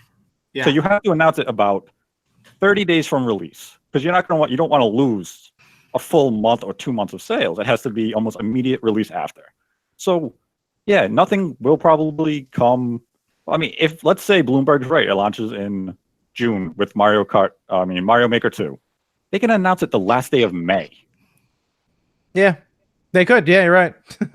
I mean, you're getting a stylist is coming out for it. Well, the one thing I found kind of interesting as well was that story. I don't know if it was true or not. I didn't really look into it, but that the upcoming Pokemon game for this year is being designed with handheld in mind. Yeah, I saw that too. Yep. Yeah. So kind of like which people blew out of proportion and thought that it's not going to look good docked, and it's like, nope, y'all are jumping to a conclusion. It says made as a handheld, still playable docked. Yeah, so that almost leads me to believe Switch Mini. Like, fuck. Yeah. Or even with the Mario Maker 2 bundle, you get a year subscription to Nintendo Switch Online service. That's for new buyers. Yeah, it is for new buyers. Yeah, and then that little mini that could be a great addition. I'm gonna buy multiple minis this year if they are if there's an Animal Crossing one and 2 different Pokemon ones, and I'm just gonna put them on my shelf and be like, tax right off, and then just put them in the let me go to some of these questions. We're going to move over to Sony's financials because we talked about the PS5 slightly as well. Talk about that in a second. This is a Discord question. Prior to Nintendo Online launching last September, Nintendo announced there would be exclusive discounts for subscribers, which would be similar to the PlayStation Plus deals and Microsoft deal with Gold. What are your thoughts on Nintendo not fulfilling its promise to provide exclusive discounts for subscribers so far? I've complained about it in videos before. Like, I've been expecting things like that, and you have not seen anything like that. The only thing you've gotten is we've gotten kind of different things like Tetris 99 and then the NES controllers, but no, like Tetris 99 was cool. I didn't even buy those NES controllers. Probably should have, because it would have made for a decent video, but like I just wasn't that interested in them. So I would be more interested in things like discounts and deals exclusively to me paying you for this service. Wait a minute. You would buy the NES controllers, but not a Pro controller? I didn't buy them. No, I said you thought about it though. I have thought about buying a Pro controller. Okay, that's fine. Carry on. Roasted, John. I think that's actually a great question. They made a big deal. They actually put that right in front of us, exclusive deals. I thought they would have some kind of discount by now for. Wasn't it just special offers? I thought it was that is what the NES controllers are. I thought they said exclusive discounts as something below that on their website. Like I thought that was. I thought so too. There is a deal going on right now for anyone who has Amazon Prime and also has a Twitch account. You can get 12 months of Nintendo Online. Yep, my fiance just did that. Yeah. Yep. I still haven't done it yet because the deal is still going on for a while. I think it's going to September. I think it's stacks, right? Mm-hmm. Yeah. If you already have it, it'll add on. That makes sense. I just don't have it in general yet, so I'll take advantage of that at some point. Yeah. I told my friend in my photography class, he's got to do that. He's got to. Yeah. Absolutely. Get on that. Everyone should, because like I said, it stacks to your current one. So why not? wait, it stacks to your current one? Yes. Uh-huh. Oh, okay. I thought I had to wait until until mine like ran out. We had one of the questions was a roundtable about the fiscal year end statements. We actually had a discussion on that and the sales and everything a little bit ago. When do you this is a question that Max might be able to cover. When do you think Judgment will come out for PC? I'll say I will say within a couple months. I have a feeling that they're trying to. The window between Yakuza 0 going to PC was long. The gap between Yakuza Kiwami going to PC was shorter. Yakuza Kiwami 2 to PC was super short. So I think with Judgment, they're going to try and make it less than 6 months. Okay, yeah, because we're seeing more and more Yakuza games come over now, so maybe they're getting that like streamline that process. They're getting streamlined. They're getting good at it, and I've also noticed that they're getting better at advertising it. I think that they're selling really well, and I think it's that Sega is still not experienced about how to tap into and advertise to the PC gamers. I feel like, and now that they figured that out, they're like, okay, yeah, just get it there fast, get it there. Okay.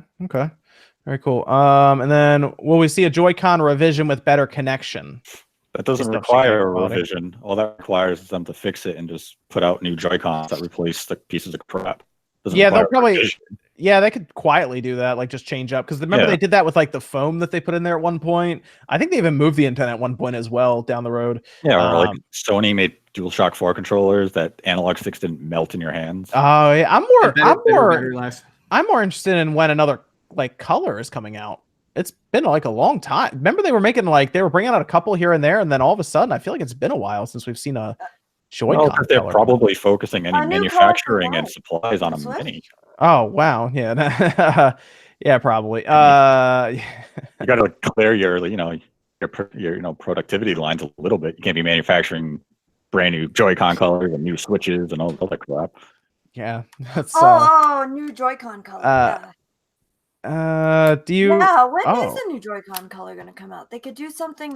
They should do like more Splatoon ink colors. Like they could do that like purple and that like mint color. That mint color is my favorite. They'll probably do. I wouldn't be shocked if they did something for Animal Crossing like that, like an Animal Crossing Joy-Con with like a leaf on it or something. That's why I'm hoping they do a whole system with that look, like they did for that 3DS model. I really think they could do something cool for us. I'm all over that.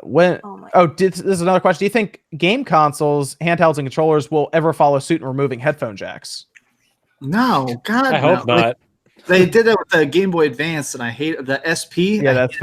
Yeah, you get like the little dongle thing for it that would add it. I remember that. I've never seen one of those. Nobody bought them. I never saw them in my whole life. That was great. I hope not. I mean, the only reason like what iPhone removed it so they can make it thinner and everything. I hope they don't do that. I hope that stays. I like the headphone jacks on the controllers. That's one of the coolest things. Yeah, I was really happy when all the later Xbox controllers started to have that because the early Xbox controllers didn't. Yeah, it's really cool. You plug it right in your controller and the sound will come out of that instead, like for your TV and everything. It's really cool. So yeah, I like that. That was like magical to Rob on Twitter one day. He had no idea you could do that. I remember that. It was like an epiphany for him. What? Yeah, he had no idea we were talking about it. He's like, "You can plug it works like that?" And he plugged it in. It was like, "Oh my gosh!" Like this amazing moment for him. Maybe because he had I know the original Xbox controllers didn't have it like Dreamcast. Yeah, so. It had like a little adapter thing on the bottom. It was weird. Yeah, it was weird. There's another question. What modern movie could be adapted into a genuinely good game? John Wick. Yeah. John Wick. Yes. You sold me already. Remember Stranglehold? Yeah. I have it. Actually, I was alphabetizing my collection this morning. I have Stranglehold. Very similar concept to that. Yeah, John Wick would work really well, actually. You're right. I mean, there's already games like that, but like Enter the Matrix, if they made it, but like gave it to like Platinum Games, I think that would be probably the most awesome thing that would ever come I think we need a damn good Marvel game eventually here. Like we had great Spider-Man, but I really need to see what Square Enix has been working on. I need a cool, not just Iron Man VR. I need to play as all the characters in Marvel, not Ultimate Alliance, but I want like a good, like, if they can give me an Avengers game in the style of Spider-Man, that would be incredible. That would be something dope, to play. Man. I don't know. That's gonna be great, but that's a totally different game than an open world Spider-Man type game, and I think they could do something great for that. Blade Runner. Someone said Blade Runner. I agree. Blade Runner would be great, but I think Cyberpunk's going to give me that feeling quite enough. Yeah. So I'm excited for that. I would like a new Terminator game, just because I feel like Terminator is one of those storylines. Oh, Salvation was terrible. It was a very easy gamer score game. Oh my gosh, yeah, it was. You get 1,000 so easily in that thing. I would say since there's a lot of talk of them trying to reboot it again. Let's get a movie tie-in that's like just make Terminator 2. I'll walk around the mall looking for John Connor as a robot. I don't care. Oh, that'd be so much fun just doing the scene where he pulls out the shotgun. Yeah. Oh my god. That's one of my favorite movies of all time. We need a Remember the Titans game. That's what I want. I want a football game. Remember the Titans. You want a football game with a storyline? I was gonna say a football game where you lose for 90% of the time. Remember the Titans, baby.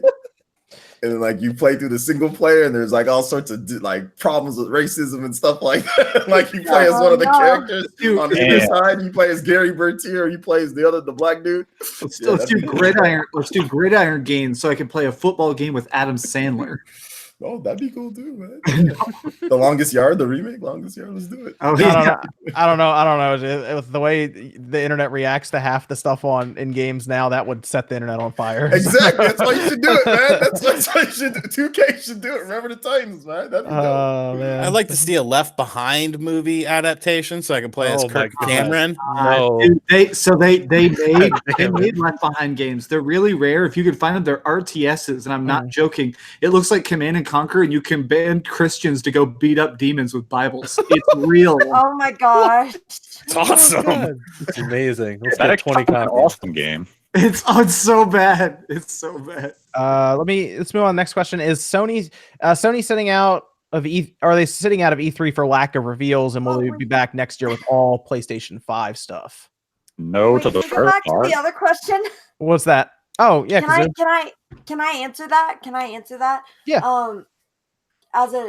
But with a twist as a TV show instead of a movie. Mhm. Let's do Wheel of Fortune, but make it actually good and use Pat and Vanna. We haven't had a Wheel of Fortune that's like relegated to like phones now. I remember it on like the PS. There's one on Switch. No, it's on Switch. It's on the. There's one on the Switch. I was thinking about getting it, but I heard it's not very good. Yeah, apparently it like comes in a double pack with Jeopardy. I'm obsessed with Wheel of Fortune. I literally watch it every day. And I don't know. I would be interested if they made a version that is like actually good, and it has to use Pat and Vanna, because a lot of them don't use Pat and Vanna because they don't have like the licensing or something to use them. Yep. Which is weird, because like it's a Wheel of Fortune game. Like, come on, Get the man. get with it. I wonder how much it costs to get them in the game. It's got to be expensive. How much can it be for her? She just walks and taps the button. Do you longevity though? Do you really want me to look up right now how much she makes per episode, Nate? Because I have a feeling. Not really. Because if it's more than like, it's probably some ridiculous amount of money for so little work. Oh, millions. They make millions. Yeah, they make bank, dude. And Pat Sajak, I think I looked up Vanna's net worth. Crazy on Twitter. And it was like $60 million or something. She makes Nate. She makes $4 million a year for what she does. Who does, Vanna? Yeah, Pat Sajak makes $15 million. What? How much?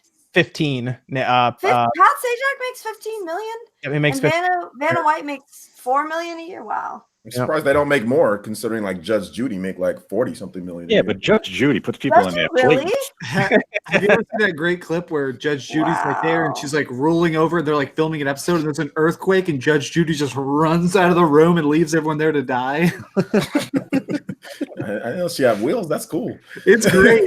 She like jumps up, grabs all of her paperwork, and just runs out the back door before anybody can react. It's like Judge Judy don't give a shit. She's out there. She's like, God is your new judge. See you later.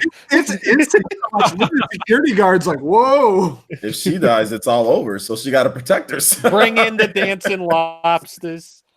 Can we let's so Sony's sitting out E3 for lack of reveals. That's what they're asking. And then will they be back next year with all PS5? Yes.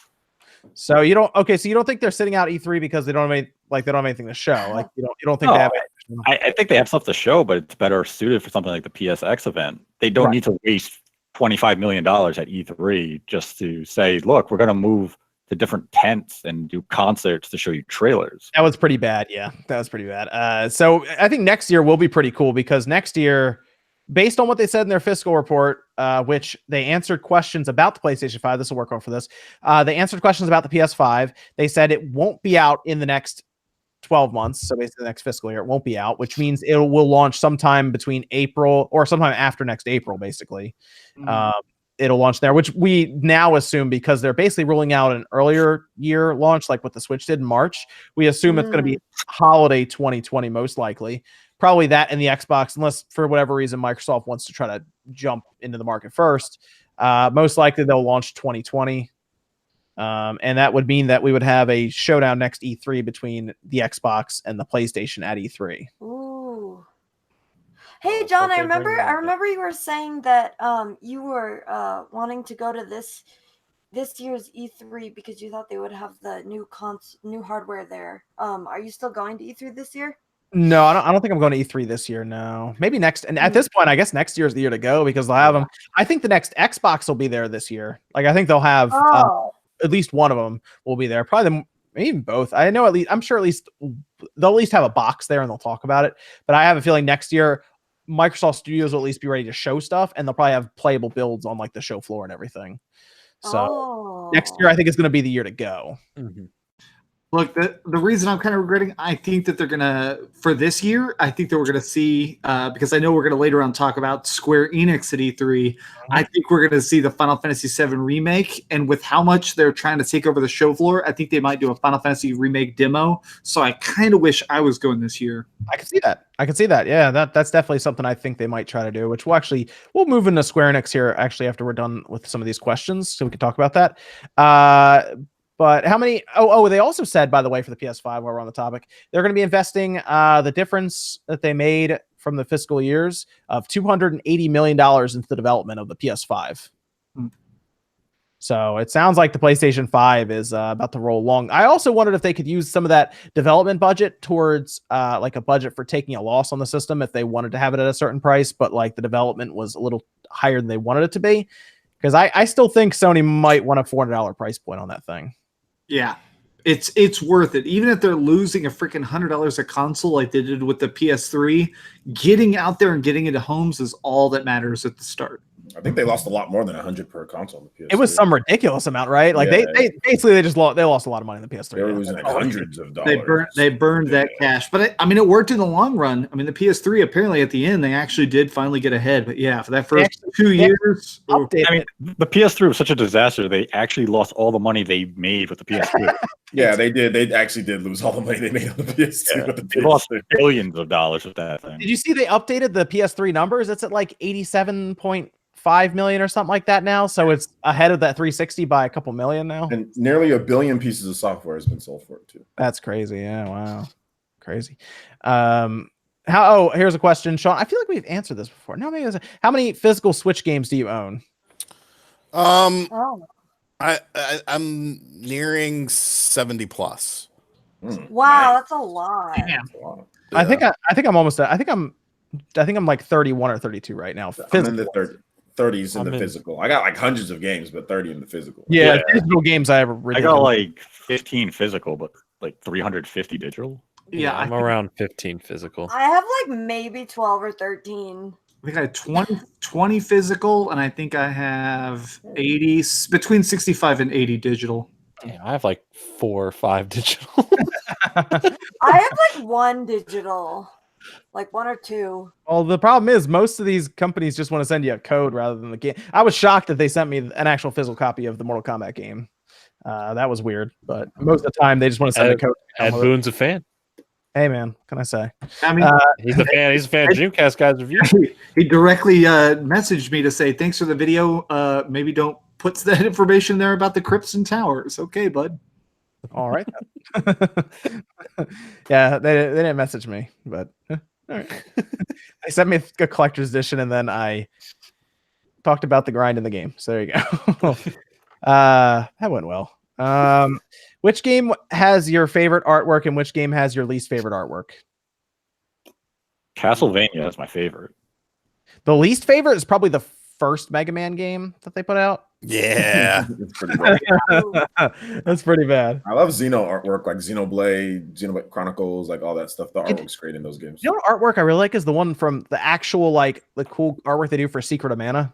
That's pretty cool. I like that artwork. I like all the Spiral Reignited trilogy artwork that was shown off before the game came out, and they still never released that art book. Or Metal Gear. I guess I could say Metal Gear Solid. Metal Gear always has great. I don't like. I hate the original Metal Gear Solid because it's just plain white. I didn't like that at the time, but I love the Final Fantasy VII cover art of just like it. As soon as I even look at that cover, I can hear the music in my head. I feel like I'm about to start walking into that reactor and blowing it up. Yeah, it's. What about you, Sean? Anything in particular? I think the first Resident Evil game, it was kind of ugly. The first run of the long box. Yeah, I'm grabbing it right now because I'm a weirdo. I think that's not the best looking thing in the world. The Show it to the people. Sega Saturn long. No, see the Saturn one. I like that. It's nice and simple. But like the PS1 long box, there was just like so much shit going on. Of weird. It's Chris. It's all shaped weird. Yeah. I don't remember it. This one's really cool. Yeah, but the PS1 original long box, it's a drawing that's out of proportion. It's so weird. And then favorite, God, I don't know. Oh my god! Mortal Kombat 2 Genesis, nice, simple, clean. Okay, yeah, this stupid looking picture of Chris, like it was. I don't hate it, but it's one of those things where it's like it looks like a first draft. It's like, gentlemen. Yeah, it looks. Yeah, I've never liked this, but yeah, this looks dumb. I agree. Next question we have: Should Labo VR be applied to? Oh, can I answer it? Yeah, go ahead, Kazoo. Okay. I don't know. That's a hard one because I actually really like Skyward Sword. Skyward Sword's artwork. Yeah. Skyward Sword's probably my favorite Zelda game, but man, I love that game. It's so great. I also really like the artwork of Mario Galaxy 2. That's probably my all-time favorite game. It's a good one. Yeah, that's good artwork. Yeah. Yeah, I love that. I love all those. But then least favorite, I don't know. Like I don't know. Resident Evil 1 long that's not a box. Nintendo game. I don't know. What? Resident Evil 1 long box.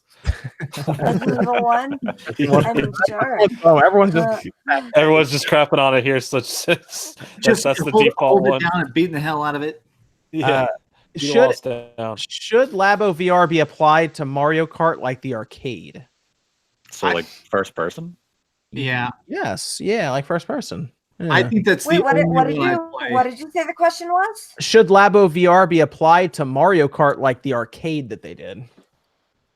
Oh, that would be so cool. Yeah, and Mario Kart runs at a higher frame rate. I feel like they could actually get away with that. I want to play Mario Kart. I kind of don't see them. It would be cool if they did it, but I don't see it happening just because look how low effort Odyssey and Breath of the Wild implementation was. Like, are they really going to go back to Mario Kart 8 Deluxe and put a whole first person with a full 1080 view and everything? Probably not. I mean, to be fair, came out when Gran Turismo came out, and that was VR. I remember I got it, and all you did was race around one track with one really dumb AI controlled opponent. So it's not like that came out like with a bunch of effort. Honestly, they should have spent time on Mario Kart rather than Zelda, I think. How much time do you really think they spent on Zelda? All the motion is the analog stick. They probably spent a couple months on it, I would say. One guy, though. I mean, let's be honest. That's probably what it was. Is a team of less than 5 made those VR things. Probably. I think they spent more time on Odyssey, obviously, because they made a whole thing for it. But I'd say a couple months at least for it. I mean, I'm kind of picturing Mario Kart VR just to be you as like the camera control over your character racing, and you can just kind of look around the track, but you're not looking from the view of your racer. Yeah. Well, the same. There's they've been experimenting with that with some VR games now. Are doing third-person VR where you're like you're floating above your character and you're still controlling with a controller with your sticks or whatever, but you can turn your head and look around the world away from your character. I think they might do something like that with VR of Mario Kart VR. Is you're just floating behind it like Lutiku. What they need to release is just like Oh. they need to release like an exploration thing where you can pretty much pick locations, whether it's like what the castle from Mario 64 or something. And you just walk around in it in VR. That would be much better than doing all this stuff. Yeah, it'd actually be kind of like an original VR experience instead of just patched into currently released games. Though I would love to see Thumper get a VR patch on Switch. Whoa, yeah.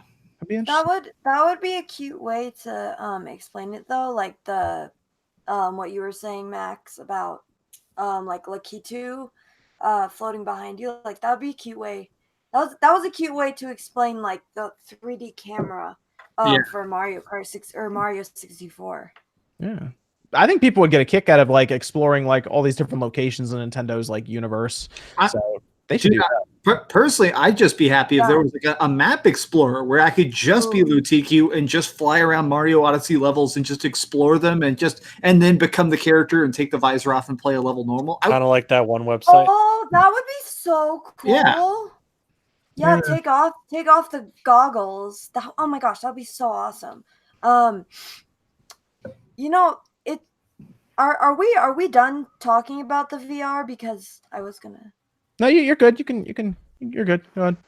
We have we have actually two other questions after Discord. Then we gotta talk about Square Enix and do some super chats. But go ahead. Oh, okay. Sorry. I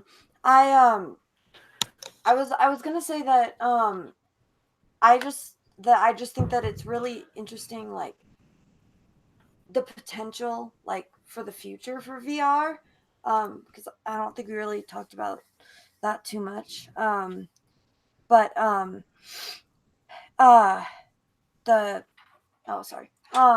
lost my train of thought. Do you just mean the potential like for like Nintendo's platform or just in general? Yeah.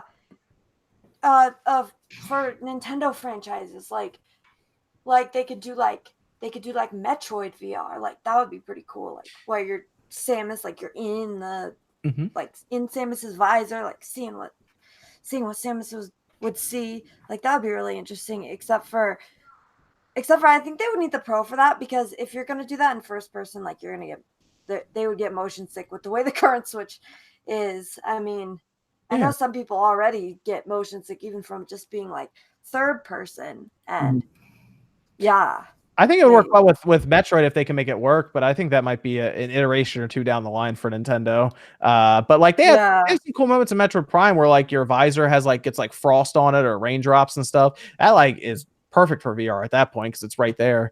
But Metroid is the one that everybody wants to have VR. I don't think it's going to work with this current Switch. The only way they might be able to do something like that, Nate, maybe is if they got one of the old Metroid Primes and did that in VR, with like the lower polygons and everything, and did that. But I'm just waiting for Ghost Trick VR. But this is another question. Nate, what's the status of Game Pass on Switch? Wait and be patient. Okay. Patience. Patience will lead to good things. Oh, we need to hit our Game Pass quota. That's only one. We need Castlevania right now. What came to you need Castlevania, you need Game Pass, we need all this shit. What came to Game Pass? What came to Game Pass this past week, Jordan? Tell us so we can hear. We talking about Game Pass? Yeah, man. Yeah, what came to Game Pass? Did Monster Hunter finally drop? Did it? Wait, it's on Game Pass? Yeah, Monster Hunter's on Game Pass, man. Yeah, Monster Hunter World is on Game Pass. You mean to tell me Monster Hunter World's on Game Pass? Yes, on Game Pass. The service provided by Microsoft where you can Game Pass each month for $1 for 3 months with Game Pass. You get Monster Hunter World. Yes. And a multitude of other games. There's hundreds of games on there. It's crazy. How many did you say? Hundreds. At least over 100. On Game Pass? Yeah, they even have new releases that are somewhat new, like December last year's Just Cause 4. You can get all the Just Causes games right now on your Xbox One But it's Using Crackdown Game Pass. 3 on Game Pass. It is, and it was their launch day as well. Their future first-party releases. Okay, What about Halo Master Chief Collection? Is that on Game Pass? It is. And is Ori and the Blind Forest on Game Pass? It is. My God. Are we Game Pass on sponsored? there. Yeah, we're sponsored by Game Pass. All right, I got the. I just got the. Please pay us, Xbox, Microsoft. Someone send the check. I got the PayPal notification. We're good. Okay. Okay. I can Is it enough for another month of Game Pass? Absolutely. If it's more than $1, we're good. That's right. Game Pass for $1, 3 months on Xbox and PC. I think we said it enough times for even next week's episode, so we're good on our quota. Last question: Iron Maiden or Judas Priest? Oh Iron my Maiden, 'cause god! they have Rhyme of the Ancient Mariner. But Judas Priest is Painkiller. Rhyme of the Ancient Mariner. Painkiller. Ancient Mariner. Pass. Painkiller. And Game Hellbent Pass. for Leather. Hellbent for Leather is a classic too. Rhyme of the Hellbent. Ancient Mariner is awesome. It's 13 minutes. I would like to make a song called Hellbent for Pleather because I think Pleather is just as good. Well, I'm going to hire Iron Maiden. We're going to make a song called Game Pass Forever. Yes, Game Pass forever. I'm on board with this. So Square Enix is going to have their E3 presentation. It's going to be actually the same slot that Sony was in last year. Sony's usually in Monday night. They're taking the stage. So what's Square going to show? Because they're actually in like prime time light here. It looks like they're up. Yeah, And a they're- lot of. I mean, they're right there with the big three, essentially. You know, with the prime time slot and everything. So They have some big answers to give to everyone's questions. Final Fantasy being a huge one. Where is that Avengers game? Something with they're gonna have to do something about Octopath. They got to keep that going. They got to do another announcement, something with it. And isn't there like some Kingdom Hearts DLC I've been hearing? Yeah. Kingdom Hearts DLC. I also think that they're going to bring out some new IP. I've heard some rumblings about the fact that Square is working on a lot of new stuff. Square is so happy with the success of Octopath Traveler. And let's face it, the reason they invented Octopath Traveler was that way they could have multiple RPG series at once. Of like, okay, even if it takes us 3 years to make Octopath, we're also cooking up a Final Fantasy, and Final Fantasy takes like 5 years. At least now we can stagger our paychecks. So I think they're trying to invent a third series to put in the wheelhouse. What about a rebirth of Chrono Trigger? Yeah, I would love that. I don't know. I've given up hope on Chrono Trigger, because there was that project that people were working on that was so far along, Chrono Break, and it just got canned. So I think that they're just sitting on it forever. Damn. Yeah, I would really love a Chrono Trigger or a Chrono. I mean, like Chrono Cross would be a perfect remake. That battle system is actually still better than so many battle systems of today. It's unique and it's interesting and it's fun. And if they remade that, that would be great. They don't have to. I think sometimes Square Enix gets caught up and they think that their remakes have to be this grand scale. It doesn't have to be a grand scale remake. It can be a PS3 level ish type, just a nice graphics. It doesn't have to be like the most expensive thing in the world. That's my issue with Square Enix sometimes. I mean, I almost wish that they'd remake some of their stuff. Like Xenogears seems so prime for a remake. Xenogears already has so much 3D design in its battle system. I feel like a game like that would be so easy to update. And it's like, even if they made it episodic, even if they released it in like 3 big chunks, I'd buy all 3 chunks. She's done with Final Fantasy Tactics again. Put in that. Yeah, I know. It just Player seems in chat is saying that too. Yeah, bring back Tactics. How many more Final Fantasies are going to be announced for Switch this year? All of them, I hope. All of them. The rest of them. Do they bring Chrono Trigger? Do they bring Chrono Trigger over? Just like the regular one on Steam. I would love. I'd be okay with that. Well, no, not the Steam version. Not the Steam version. Yeah, not the that's DS so bad. version. Yeah, DS version. Yeah. With the weird extra ending that's terrible. Yeah. Well, they can leave that out. Hopefully, Cut that back out. Look, as long as there's a Quiet Man 2, or they win E3. Oh god, yeah. People are playing that clip again of Quiet Man where the dude's running through a kitchen and there's like a bald security guard and he jumps and flips and skids across the guy's bald head and he's like, "What was that noise?" It's like it's the worst game ever. I can't About believe that bouncer game. I can't believe I beat that game. That needs Oh to come god, back. Bouncer. That was my Bouncer first needs to PS2 come back. game. What? That Oh, was that my first PS2 game. I was like, I had a choice between think it was Onimusha and the bouncer. I was like, I'm gonna get the bouncer. You chose bouncer. 45 minutes later, the credits are rolling. I sat there. I said, I made the wrong choice. To be fair, though, the bouncer looked awesome on the PS2, like visually. Yeah, it looked great. And then the game Roadhouse, ended the after. video game. I have it right here. Yeah, my buddy bought the bouncer and he brought it over the day he bought it, and we beat the game. And for some reason, we were both so impressed by it, even though it was so short. Anyway, I remember my buddy setting down the controller and being like, everything in the cutscenes was playable. Every move was real. And then it's like, all right, let's go trade this into GameStop because we're not playing this again. You got to beat it a couple times to level up your characters and everything. Yeah. So Yeah, that game was nothing like the trailer showed. And the trailers, you could like spin around poles and pick up chairs and kick the chair like off the guy's head. And then the game was just like, I have the chair in my hand. I smacked him over the head with it and it broke. Yeah, it's Roadhouse, the video game. And it has adult Sora. I mean, come on, Adult now. Sora. oh yeah. yeah, that was it. Zippers and all. The bouncer. Oh. The bouncer. Yeah. So, Square. I think Square's gonna have a pretty good showing. I think that Avengers project. That's They've been slacking on saying anything about dude, that. they have to show that with everything going on right now with the Marvel They'd be universe. They have foolish. to. Even if it's still a year out, like they need to have some sort of like, even if it's a CGI trailer, Yeah. like just something. They need to put something out there that makes everyone go, "Oh wow, they're really doing this." Literally, it could be pure CG without a logo and with no voice acting. It could literally be like Thor teleporting in on a lightning bolt, and all of a sudden Iron Man lands, and the crowd would be weeping with joy because we'd be like, "Okay, it's real. We're And good." just have the theme playing in the back. Dude, it'll be perfect. Yeah, and I agree with people in chat keep talking about the Final Fantasy VII remakes. They need to come out full force. In my opinion, they can't show a trailer for that. I mean, seriously, they need to come out and show gameplay. I'm being dead serious. If they don't walk out on stage and do one of those live presentations where there's a doofus in the corner with a controller actually playing the game, we need that for Final Fantasy VII Remake. It's been too long since we've seen it. yeah. Yeah, I hope could you imagine? Sorry, go ahead. No, you're good. Go ahead. I was gonna say, could you imagine if they've been trying to do something really big for this Avengers game, and they went and they got like, if they're basing it off like the main characters in the MCU, that they actually got and paid for them to voice act the roles, like it's actually Robert Downey Jr., Chris Hemsworth, like it's actually their voices. This is sort of off topic. Did you see the Iron Man Xbox 360 game where they like hired a Robert Downey Jr. impersonator to do the voice, and it's really bad? And he's like, Yeah. "Hey guys, we got to go and get in our suits." And it's like, "Oh my god, you paid this guy?" Oh man. Those are good games. Do you think either of those come out this year? Do you think Avengers Project or Final Fantasy VII Remake? No. No. But what if Final Fantasy VII How Remake? was that? If Final Fantasy That's a 7 solid no. if it's episodic, do you think the first episode comes out this year? I No. hope it's not episodic. So A, I 100% believe it's going to be episodic.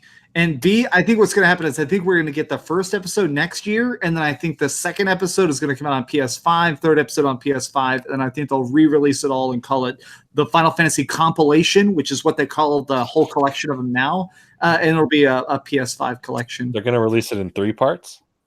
Yeah, that's what the rumor I keep hearing a lot in the Final Fantasy community. Like disc, right? Because there's 3 discs to it. So Well, no, but it's totally different. The thing I'm hearing is that they want to try and roll in things like Crisis Core story and stuff. It's like flashbacks and stuff. So the first one, the rumor I hear is that episode 1 may be called Midgar, and it'll just be literally a 30-hour adventure just in Midgar, and we learn more about what's going on in the city and more about what Shinra's actually up to and all that. That's what the rumor is. yo, they do some stuff with like Zack in there. That'd be killer. Yeah, exactly. And that's the thought. Yeah, is to finally flesh out the universe. That way it's a new game instead of just a remake. Yeah. Crisis Core is awesome. If you haven't played Crisis Core, go play it.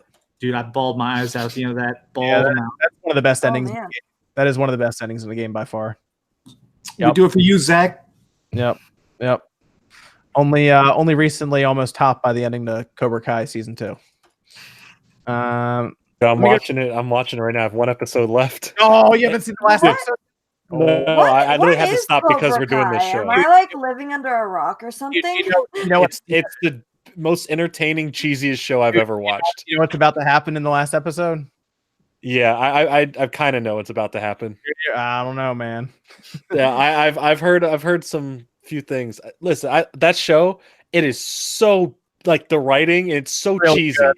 It really is such a cheesy show, but they do such a good job continuing these stories, and it somehow I'm so invested in these characters, and I'm so mad I've already watched them all so fast, and it's like now I have to wait another year till They already season 3. planted the seed for season 3 in the first season. You didn't even notice it yet. Oh, I do. I have a feeling. I'll talk with you about that after, so we don't spoil it. Dude, that ending, I don't know. I don't know if you see the ending coming yet, man. I don't know. All right, well, we'll discuss. Let me get through the super chats here before we finish up. Jeff, no message, but 1999. Thank you, Jeff. Appreciate that. We have Musico watching the stream for the first time, enjoying it a lot. Been following you, RGT and Dreamcast, for a while. Keep up the great work, guys. Thank you. Actually, Thank you. yeah, pretty big channel over there. You guys should check him out. There we go. I could probably put that in the chat as well. But yeah, I see him stop by on a lot of the videos and everything. So appreciate it when a large YouTuber comes by and says hi and everything. So Clash with Sprees asks, can't you get AGT on the SpawnCast? And then it asks to break down the Saturn. I don't know what the contract negotiation stuff is for America's Got Talent, but I could try to look into it, I guess. America's Got Talent on the SpawnCast? That's AGT, right? I can't mean anything else. I have no idea what AGT is. I thought you were so serious for a minute. Yeah, John, you're too good at doing the straight voice that you'd be like, yeah, the people who juggle a lot, sure, let's get those fuckers on. I'm pretty sure we'd get 3 X's pretty quick. Yeah. Oh man. Oh my gosh. Sandwich says this is so Sean. This is so Sean can buy orange juice and not Tang. There's nothing wrong with Tang. Tang is delicious. You're actually Tang's drinking kind of Tang? What?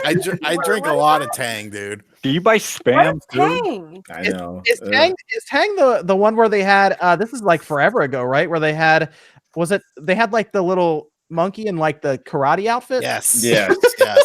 Yeah, why do I remember that so well? All I remember Tang is it went to space. Yeah. If I've it's never, good enough I've for never heard Tang, of made Tang it. before. It went to space. Yeah, then it became it became an inappropriate term. You basically they used to be That's powder why. packets that you put in water. But now they have like a little squeeze bottle that I pick up at Walgreens. Sad. You squeeze your Tang. Yeah. Squeeze my Tang. So that Tang's a little. Never mind. And there's nothing. If you barbecue Spam, it actually tastes pretty decent. Jesus Christ. So you barbecue Spam and you squirt Tang into a cup. Like get Spam, put it on a Foreman grill, lather it up with some barbecue sauce. It actually tastes pretty good. I'll be And honest, I grew up so poor, and that still sounds disgusting to me. it's not bad. I'm telling you. He's like, was- I'm poor and look, I wouldn't eat it, man. That doesn't I was- sound good. I was bro. in Don't that try to trick mindset. us here. If that was the only food option left, to be like, no, I'm gonna starve. I What is Tang? Tang is just like it's something you squirt in water and it adds like an orange flavor to it. Oh. Interesting. Sleepy Killer with $1, no message. Thank you. David Valdez says my $2 free super chat, courtesy of YouTube Premium. Yeah, apparently YouTube Premium is giving people like a couple of free super chats to give to creators now, is what they're doing. I don't know if they're doing that every month or it's just like a promotion they're running. I think it's every month. Interesting. Oh wow, interesting. Every time. Any options? And then they For 2 years. take 30% of the super chat. Yeah. They know what they're they doing. put money in their own pocket and go, thank you. Here you go. You're And then right. they just let me just take a couple of that. All right. But then David Valdez came right back with 25, saying, here's my personal weekly contribution. My weekly question is, if Sega does well with the Genesis Mini, do you think they will release a Saturn or Dreamcast Mini? I really hope they do both. Mostly because I would love to see M2 attempt to tackle Saturn. Yes. I think it's going to sell well, honestly. They have a lot going for that system. And They have a lot of games on there. The biggest weakness has always been the emulation, and they went and grabbed M2 to do it, and they're ridiculously good at it. yeah, I mean, the proof's in the fucking Sega Ages games. Yeah. Oh, man, I forgot to get Virtual Racing from the Japanese. You've been talking that shit up for I like 3 weeks. forgot. You forgot. I kept buying stupid Mortal Kombat I mean, stuff. for 2 weeks, he's listened to you. This fucking game's coming out on the Switch. Oh my god, guys, look, 8 fucking people comes out. It is 8. Well, it's only out in Japan. I don't have any yen right now in my. I thought you had account. leftover yen from Onimusha. No, I spent it on R-Type. All right, that's not a bad choice. That's not bad. Yeah, I actually think the mini's going to do well because I think pretty much all of us are going to buy it, and if it's good, and everyone's really happy about it online, that's all Sega needs is that word of mouth that it's their stuff's not terrible. It just needs to be better than the PlayStation Mini. It's It gonna will. be. It already is. You see the game? Yeah, but that's all it has to Yeah, do. really. Like even if it was like subpar, as long as it's better than the PlayStation one, it's gonna get word of mouth. You're like, wow, they did it. How sad is that? Like, pretty that's sad. true. Sega's gonna make a better plug and play than Sony. You Yeah. know, so Wow. at my Best Buy right now, they're so overstocked on PlayStation Minis. Like they have them for like 30 or 40 bucks on and off sale, right? They are so stocked in the back and like the registers back there that my friend who still works there in the back showed me a picture, and there are just piles, like a mountain of them in the back that they cannot move because no one's buying them, and they cannot ship them back out because they don't want the returns of them. Oh no. This is a true story. So one of my good friends works right across the street from my apartment now. So on his lunch breaks, he comes over and hangs out with me sometimes. And he came over the other day, and all I had plugged into the living room for some reason was the PlayStation Classic. And he came in and he was like, "Hey," and I was like, "We could play some games where you just sit and talk." And we turned it on, looked at all the games, and he was like, "Let's just talk." Yeah, let's just have a conversation. He was like, "I choose Well, no." hey, that's good. That's kind of pushing that stereotype away of Anti-social gamers. Yeah. gamers just Well- yeah. So if that, I guess that's what it comes It's a to. positive. But- If the Genesis Mini comes out and it's good, everyone should buy it, and hopefully we get a Dreamcast Mini. Or Maybe that was Sony's plan the whole time. They wanted to make people hate gaming by releasing the PlayStation 1 Classic so people actually talk and have family time. Because they looked at that thing and said, "God, I'd rather talk to my parents than play this piece of shit." Yeah, at this point, That's going a little far. I don't know about that. At this point, their next slogan might as well be, "Well, it's not at games, at least." Oron says, if Nintendo does release a Switch Mini, they better fix the joystick issue. I don't want to take it apart. I think they'll use different joysticks because there is a chance that we've even talked about that Nintendo does something weird and uses circle pads or something crazy. No. Bring back the circle pads. If they do that, People are going to be so mad at me for bringing that idea. Yeah. Now that you've even implied it, now it makes it a reality, and now it's going to happen, and we're going to blame be you. on the forums. Yep, it's going to be some new circle pad that can click in, and they're going to be like, surprise. God, no. It's so bad. Sakon10 says, did you get a review code for Giga Wrecker? I did not. I also didn't go out looking for it, though. So I think it's on Keymailer. Is it? Maybe I'll ask them about it. I'll say, hey, let me check out Giga Wrecker. That's the Game Freak game, right? Yeah. Okay, then. Yeah. Okay. It's like a I'll check it out. platformer, like puzzle game. Okay. Yeah. All right. Let me check that out. Jack says just updated Mortal Kombat 11 on Switch. Download was over 6 gigabytes, but it seems a lot of it went through unpacking file sizes, 22.5 gigabytes. Now, Nate, how much? You said it was 28 something, right? Yeah, but I haven't checked since it finished the installation. What? Oh, wow. It was okay. So What's let's it? see. System settings, data I'm curious. management. It is 22.5 gigabytes. There you go. 22.5. So it must have, yeah, I guess because before it was more, right? So it must have unpacked and then got rid of some of it. Yeah. Okay, cool. That works. Gummy Bear says, did you guys already talk about Mr. Musin? Should be Philip Musin. We did not actually. We Oh have not God! Philip. He made an apology video. Me too. Apology video. Yeah, and his hair somehow changed in the course of a couple days. Wait, what you're saying is, are you saying one may have been filmed almost 8 months ago and then never uploaded? Yeah, that seems like it. And if you look, that's all the comment section is. This guy's so stressed, his hair is growing faster. Oh my gosh! I mean, but he made his apology video, and then another one responding to his apology video, and now I assume there's going to be a third. I assume Part he's just three. I assume Phil's just going to start making videos again, right? I don't know. Do a trilogy. The apology series is going real well for his channel. This is more exciting than Shane Dawson's series. This is the apology tour. I mean, Yeah. I feel, I don't know.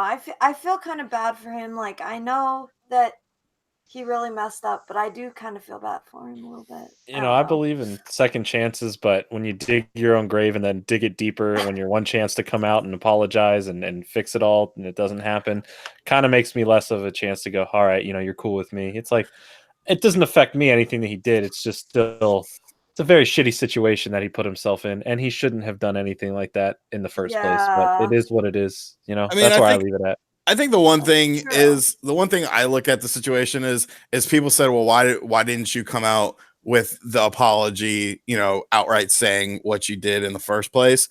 I think that was because of possible legal actions. And, you know, when you look at it from that sort of standpoint, I think it changes things a bit. I don't think the first video that he made is the fucked up one where he said, I didn't, you know, plagiarize, blah, blah, blah. He should have just kept his mouth shut.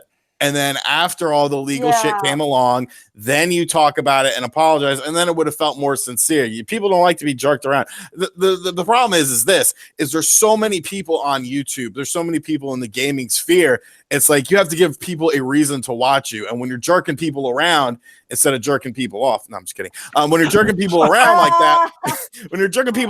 that, they're not going to want to stick around if you do too much to them. So, well, even to jump off your point is he challenged the media to find other examples of his plagiarism, and then they come out with like 2 dozen more, and then he's like, oh, like, well, now how about you apologize to the media who you claim were doing a witch hunt against you? No, just I apologize to Nintendo Life. Well, how about you apologize to every single reporter you screwed over? Generalize. Like, apologize to everyone you harmed. And he just went for a sweeping apology and hopes everyone forgets. Well, I thought he did. He actually listed, I apologize to this. I thought he listed out. He did. People.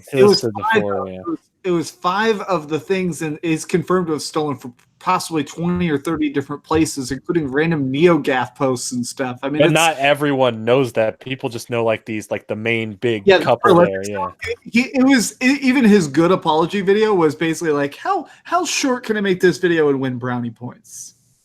But see, that's the problem with the apology is that it came out to I did this because IGN was stressful, but you were doing it on your YouTube channel. Yeah, before you were at IGN. Yeah. Pre-IGN. It wasn't just because you felt stressed at IGN. You clearly felt the pressure while you were just on YouTube. And you can't say, well, I was growing so fast that I felt pressured. No, because even some of your early stuff was plagiarized and stolen. You stole a comment from NeoGAF to make an opinion video about the Joy-Con HD Rumble. And you emphasized the key word the guy made in the post. Look at somebody. His opinion. Like look at SpawnWave. SpawnWave is somebody who blew up and is blowing up. His channel's getting millions of views a month. You don't see this guy pulling under pressure, being like, "All right, time to steal shit." I mean, speaking of IGN, that's true. Speaking of IGN and how popular Mr. SpawnWave here is doing, hey, I saw a little interaction on Twitter earlier.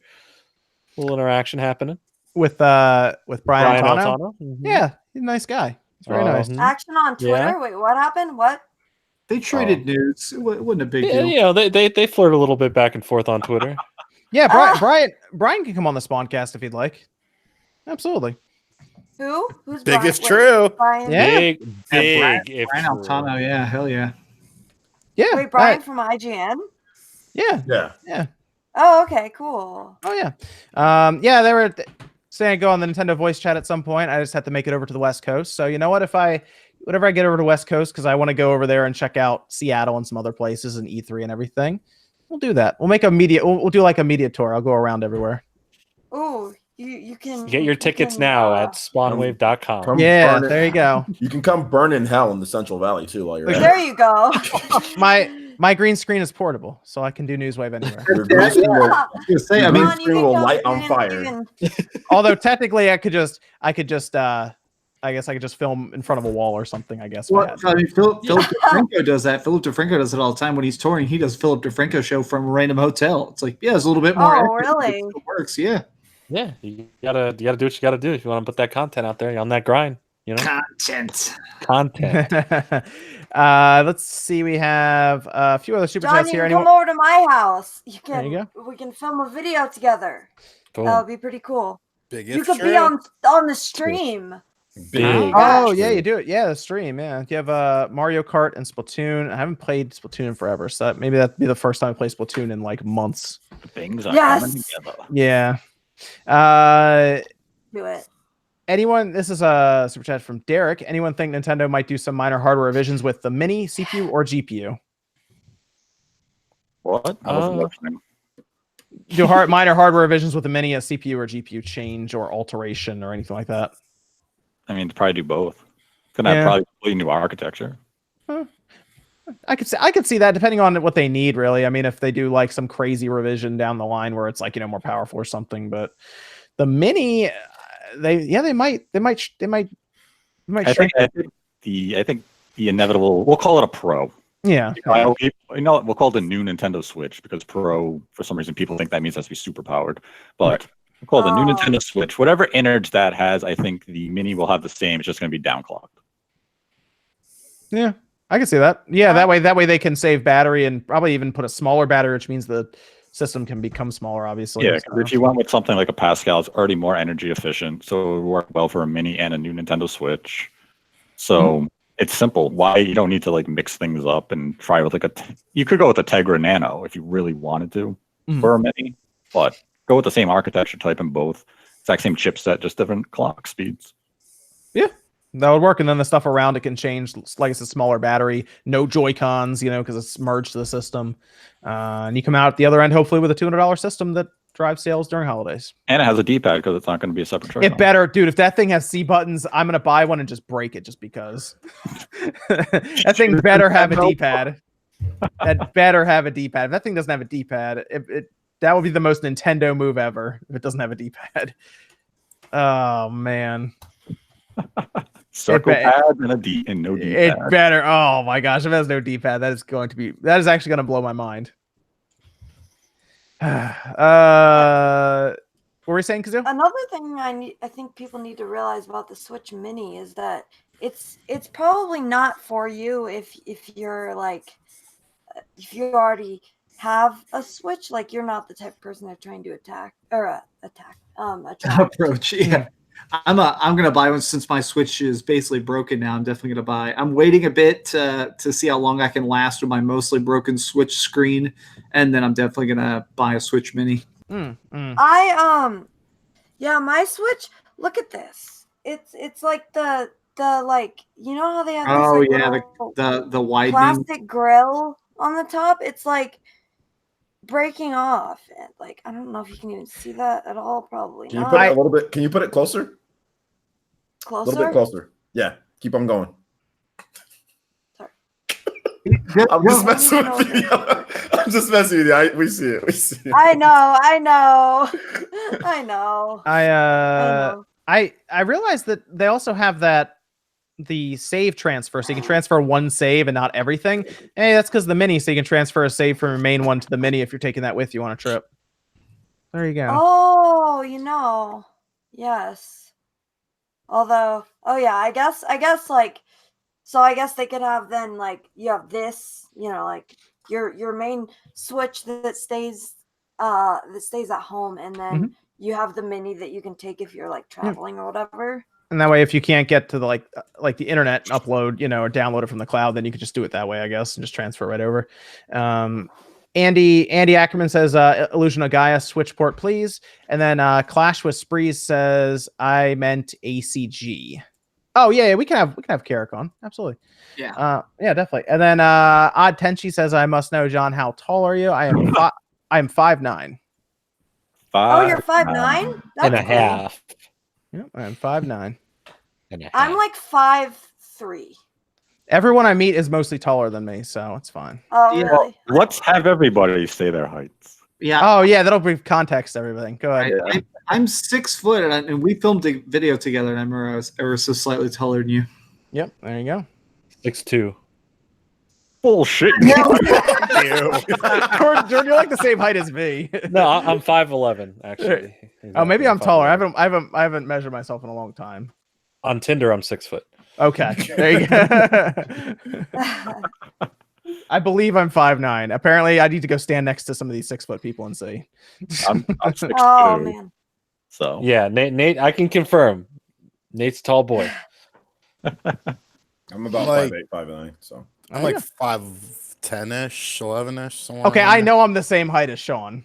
I'm a little taller All than these you. tall people in chat. I'm a little taller than Yeah. you. Legit, I've never seen you in real life, Sean, but from your videos for a long time, I assumed you were a super tiny dude. So I was really surprised when that video came out of you walking around at too many games and you were actually like a normal sized person. I was like, I'll be a son of a bitch. Do I look like a little person? You do. You Like a really, midget? for Wait, some you reason, thought that Sean wasn't a normal sized person? just the way he like sort of pinches in his videos and stuff, I thought he was like 5'2". So when I saw him walking around, Jesus. No, you need to really get perspective. You need to watch his hit Academy Award-winning film Blink. Ah, on that his is a YouTube classic channel. film. The classic, edited Great by editor. yours truly. Yeah, it was a fantastic movie. There's a lot of Diet Dr. Pepper in the background. Count the cans. Oh, dude, that place was wrecked when I filmed that. But it was for effect. It was totally for effect. I totally did not. I totally did not live like that at that time. It was clearly for the film. Clearly props. Clearly. It's a great film. Good watch. Seek it out. It's highly underrated. It only has like 1,500 views. I think I watched it like a week ago. Yeah, So people it was go watch in it. the infancy of the channel. Yeah, well worth the watch. Good way to spend your Saturday night after this. Then Keel Lane with 99 cents, no message. Thank you. Let's go around here. That's going to do it for the SpawnCast, actually, Oh, wow. tonight. Let's go around here. Yellow Kazoo, where can they find you? Hi. Okay, so yes, I am the Yellow Kazoo on YouTube. Is it okay if I put my channel in the chat? Yeah, People absolutely. were like asking. Oh, for it absolutely. Yeah, earlier. you can put your, go ahead. Yeah, absolutely. Okay, so I'll put my channel in the chat, and yeah, I do more streaming than videos. I do a lot of Nintendo games. I do a lot of Splatoon, like a lot. Mhm. Smash, you know, Mario Kart, like all these all the Nintendo. Oh, and Zelda on Sundays, so that's cool. That's cool too. Okay. I'm like trying to like do kind of like pseudo IRL streams of Labo VR. I've tried to do that. It doesn't really work that well, but it's fine. Yeah, Okay. and then I'm also on Twitter, so hit me up on Twitter. Sounds good. Sounds good. What about Jordan? Where can they find you, man? You can find me on my YouTube channel, Jordan Fringe. So we're doing really good with the Borderlands content that we're doing, and we've been on like a sub growth right now. So we're on it. We're pushing to 28,000 subs. We're about like 500 away or so from that. So feel free to come on over. We're doing a lot of Borderlands stuff at the moment. Truly appreciate the support, guys, and glad to be on the podcast. And now we sit here and wait for the lamp behind Sean to talk. I think we lost. What happened there? Wait, what happened? I think No. SpawnCast crashed. Yeah, I think he did too. Yeah, it just like froze on me. So I just kind of sat here and watched Google Hangouts freak out for a bit. Was my outro that bad? Yeah, it just Sorry, gave up You mean to on make you. it awkward? Did you do your outro though, Jordan? You good? Yeah, I'm all good. I Okay, got my let's make outro. I hope so. I hope everyone know where to go. What about Max? Where can they find you, man? YouTube.com/Dreamcast guy. Both Monday and Tuesday, I got real big special videos planned. Everybody's been hassling me for like 2 years now to get a PSVR, so I finally did. I'm gonna do. See that, Sean? See that, Sean? Oh, Oh, cool. yes. I actually have a big video I'm working on for Monday morning called "Was I Wrong About PSVR?" and I'm gonna basically review it in 2019 and see if it's worth your money, since apparently the PlayStation 5 is going to be very VR focused. And of course, Tuesday, I'm doing a giant review about Final Fantasy 12 on Switch because hell yes. Cool. And you know what VR games to get, right? You already have a good list of games to play for it. I do. I think I have 6 or 7 now. So I've got Astrobot, I've got Moss. Oh no, we lost Spawnwave. Oh, It's no, where'd my it go? cast now. I snapped my Yeah. fingers. Damn it, he came back. You It just said Oh, no. broadcast ended because of connection or something. Then it came right back. Okay. Oh, We're still live. We're good. I'm Yeah. the captain now. very strange. Did you get which games you got? Wipeout. No, I could. Wipeout will kill me, man. I get VR. So I got Resident Evil 7, Moss, Astrobot. I got the demo disc thing in here. I got Batman, and I got something else. Beat Saber. Super Hot, Beat Saber. Those Yes, two. I have. Sorry, yes, I have Super Hot. I have Super Hot VR as well. Yeah. Look into Beat Saber then. Man. Beat Saber and Well, Thumper. I have Beat Saber. My old roommate has it on PC with like the million bootleg songs. I don't want to get it on PS4 because I only heard there's like 15 songs. Yeah, no, yeah, that's understandable. Thumper. What about OJ? Where can they find you, man? Yeah, right here on YouTube, just Player Essence. Also on Twitter at Player Essence. I'm going to be doing a surprise Labo video tomorrow or whatever. So come up for that, I guess. And I guess it'll be done. I'll be done editing it. You know, I'll be charting my progress as I go along or whatever the hell I'm going to do. I don't know. I'll figure it out. So I got that. Also, I stream a lot as well. We do a lot of Q&As. Also, Super Smash Brothers, Xenoblade, Persona content, all sorts of RPGs and stuff. So if you're into that stuff and live streams, daily live streams, then check out the channel. Cool. And then Sean, where can they find you, man? Oh, I'm not muted. I thought I was muted. You can find me on RGT85. Go watch my Arcade 1-Up arcade cabinet videos so I can make some money back on those. And there is no sugar in Tang. Tang is sugar free. There's literally nothing in it. You actually bought legitimate Tang? It's not some like store brand knockoff? No, I got a legit Tang. You know what's funny? I think I have that upstairs. It's so good, dude. Squirt it in some water and drink it. It's delicious. It's not like Randy Pitchford. Let me show you how things Squirt it in some water. It's a good trick. It's magic. And then and then Nate, where can they find you, man? You can find me on Twitter at DirectFeed Games. There's a link to my YouTube channel there, where you'll find direct feed footage of upcoming and recently released games and some video comparisons of Switch games compared to PS4 or Xbox One versions, and some undocked gameplay of demanding Switch games. Okay. Very cool. I think that's everybody. Thanks for joining us for episode 108. We'll be back next Saturday night, 9 p.m. Eastern time. Do it all over again. Thanks, guys. We'll see you then.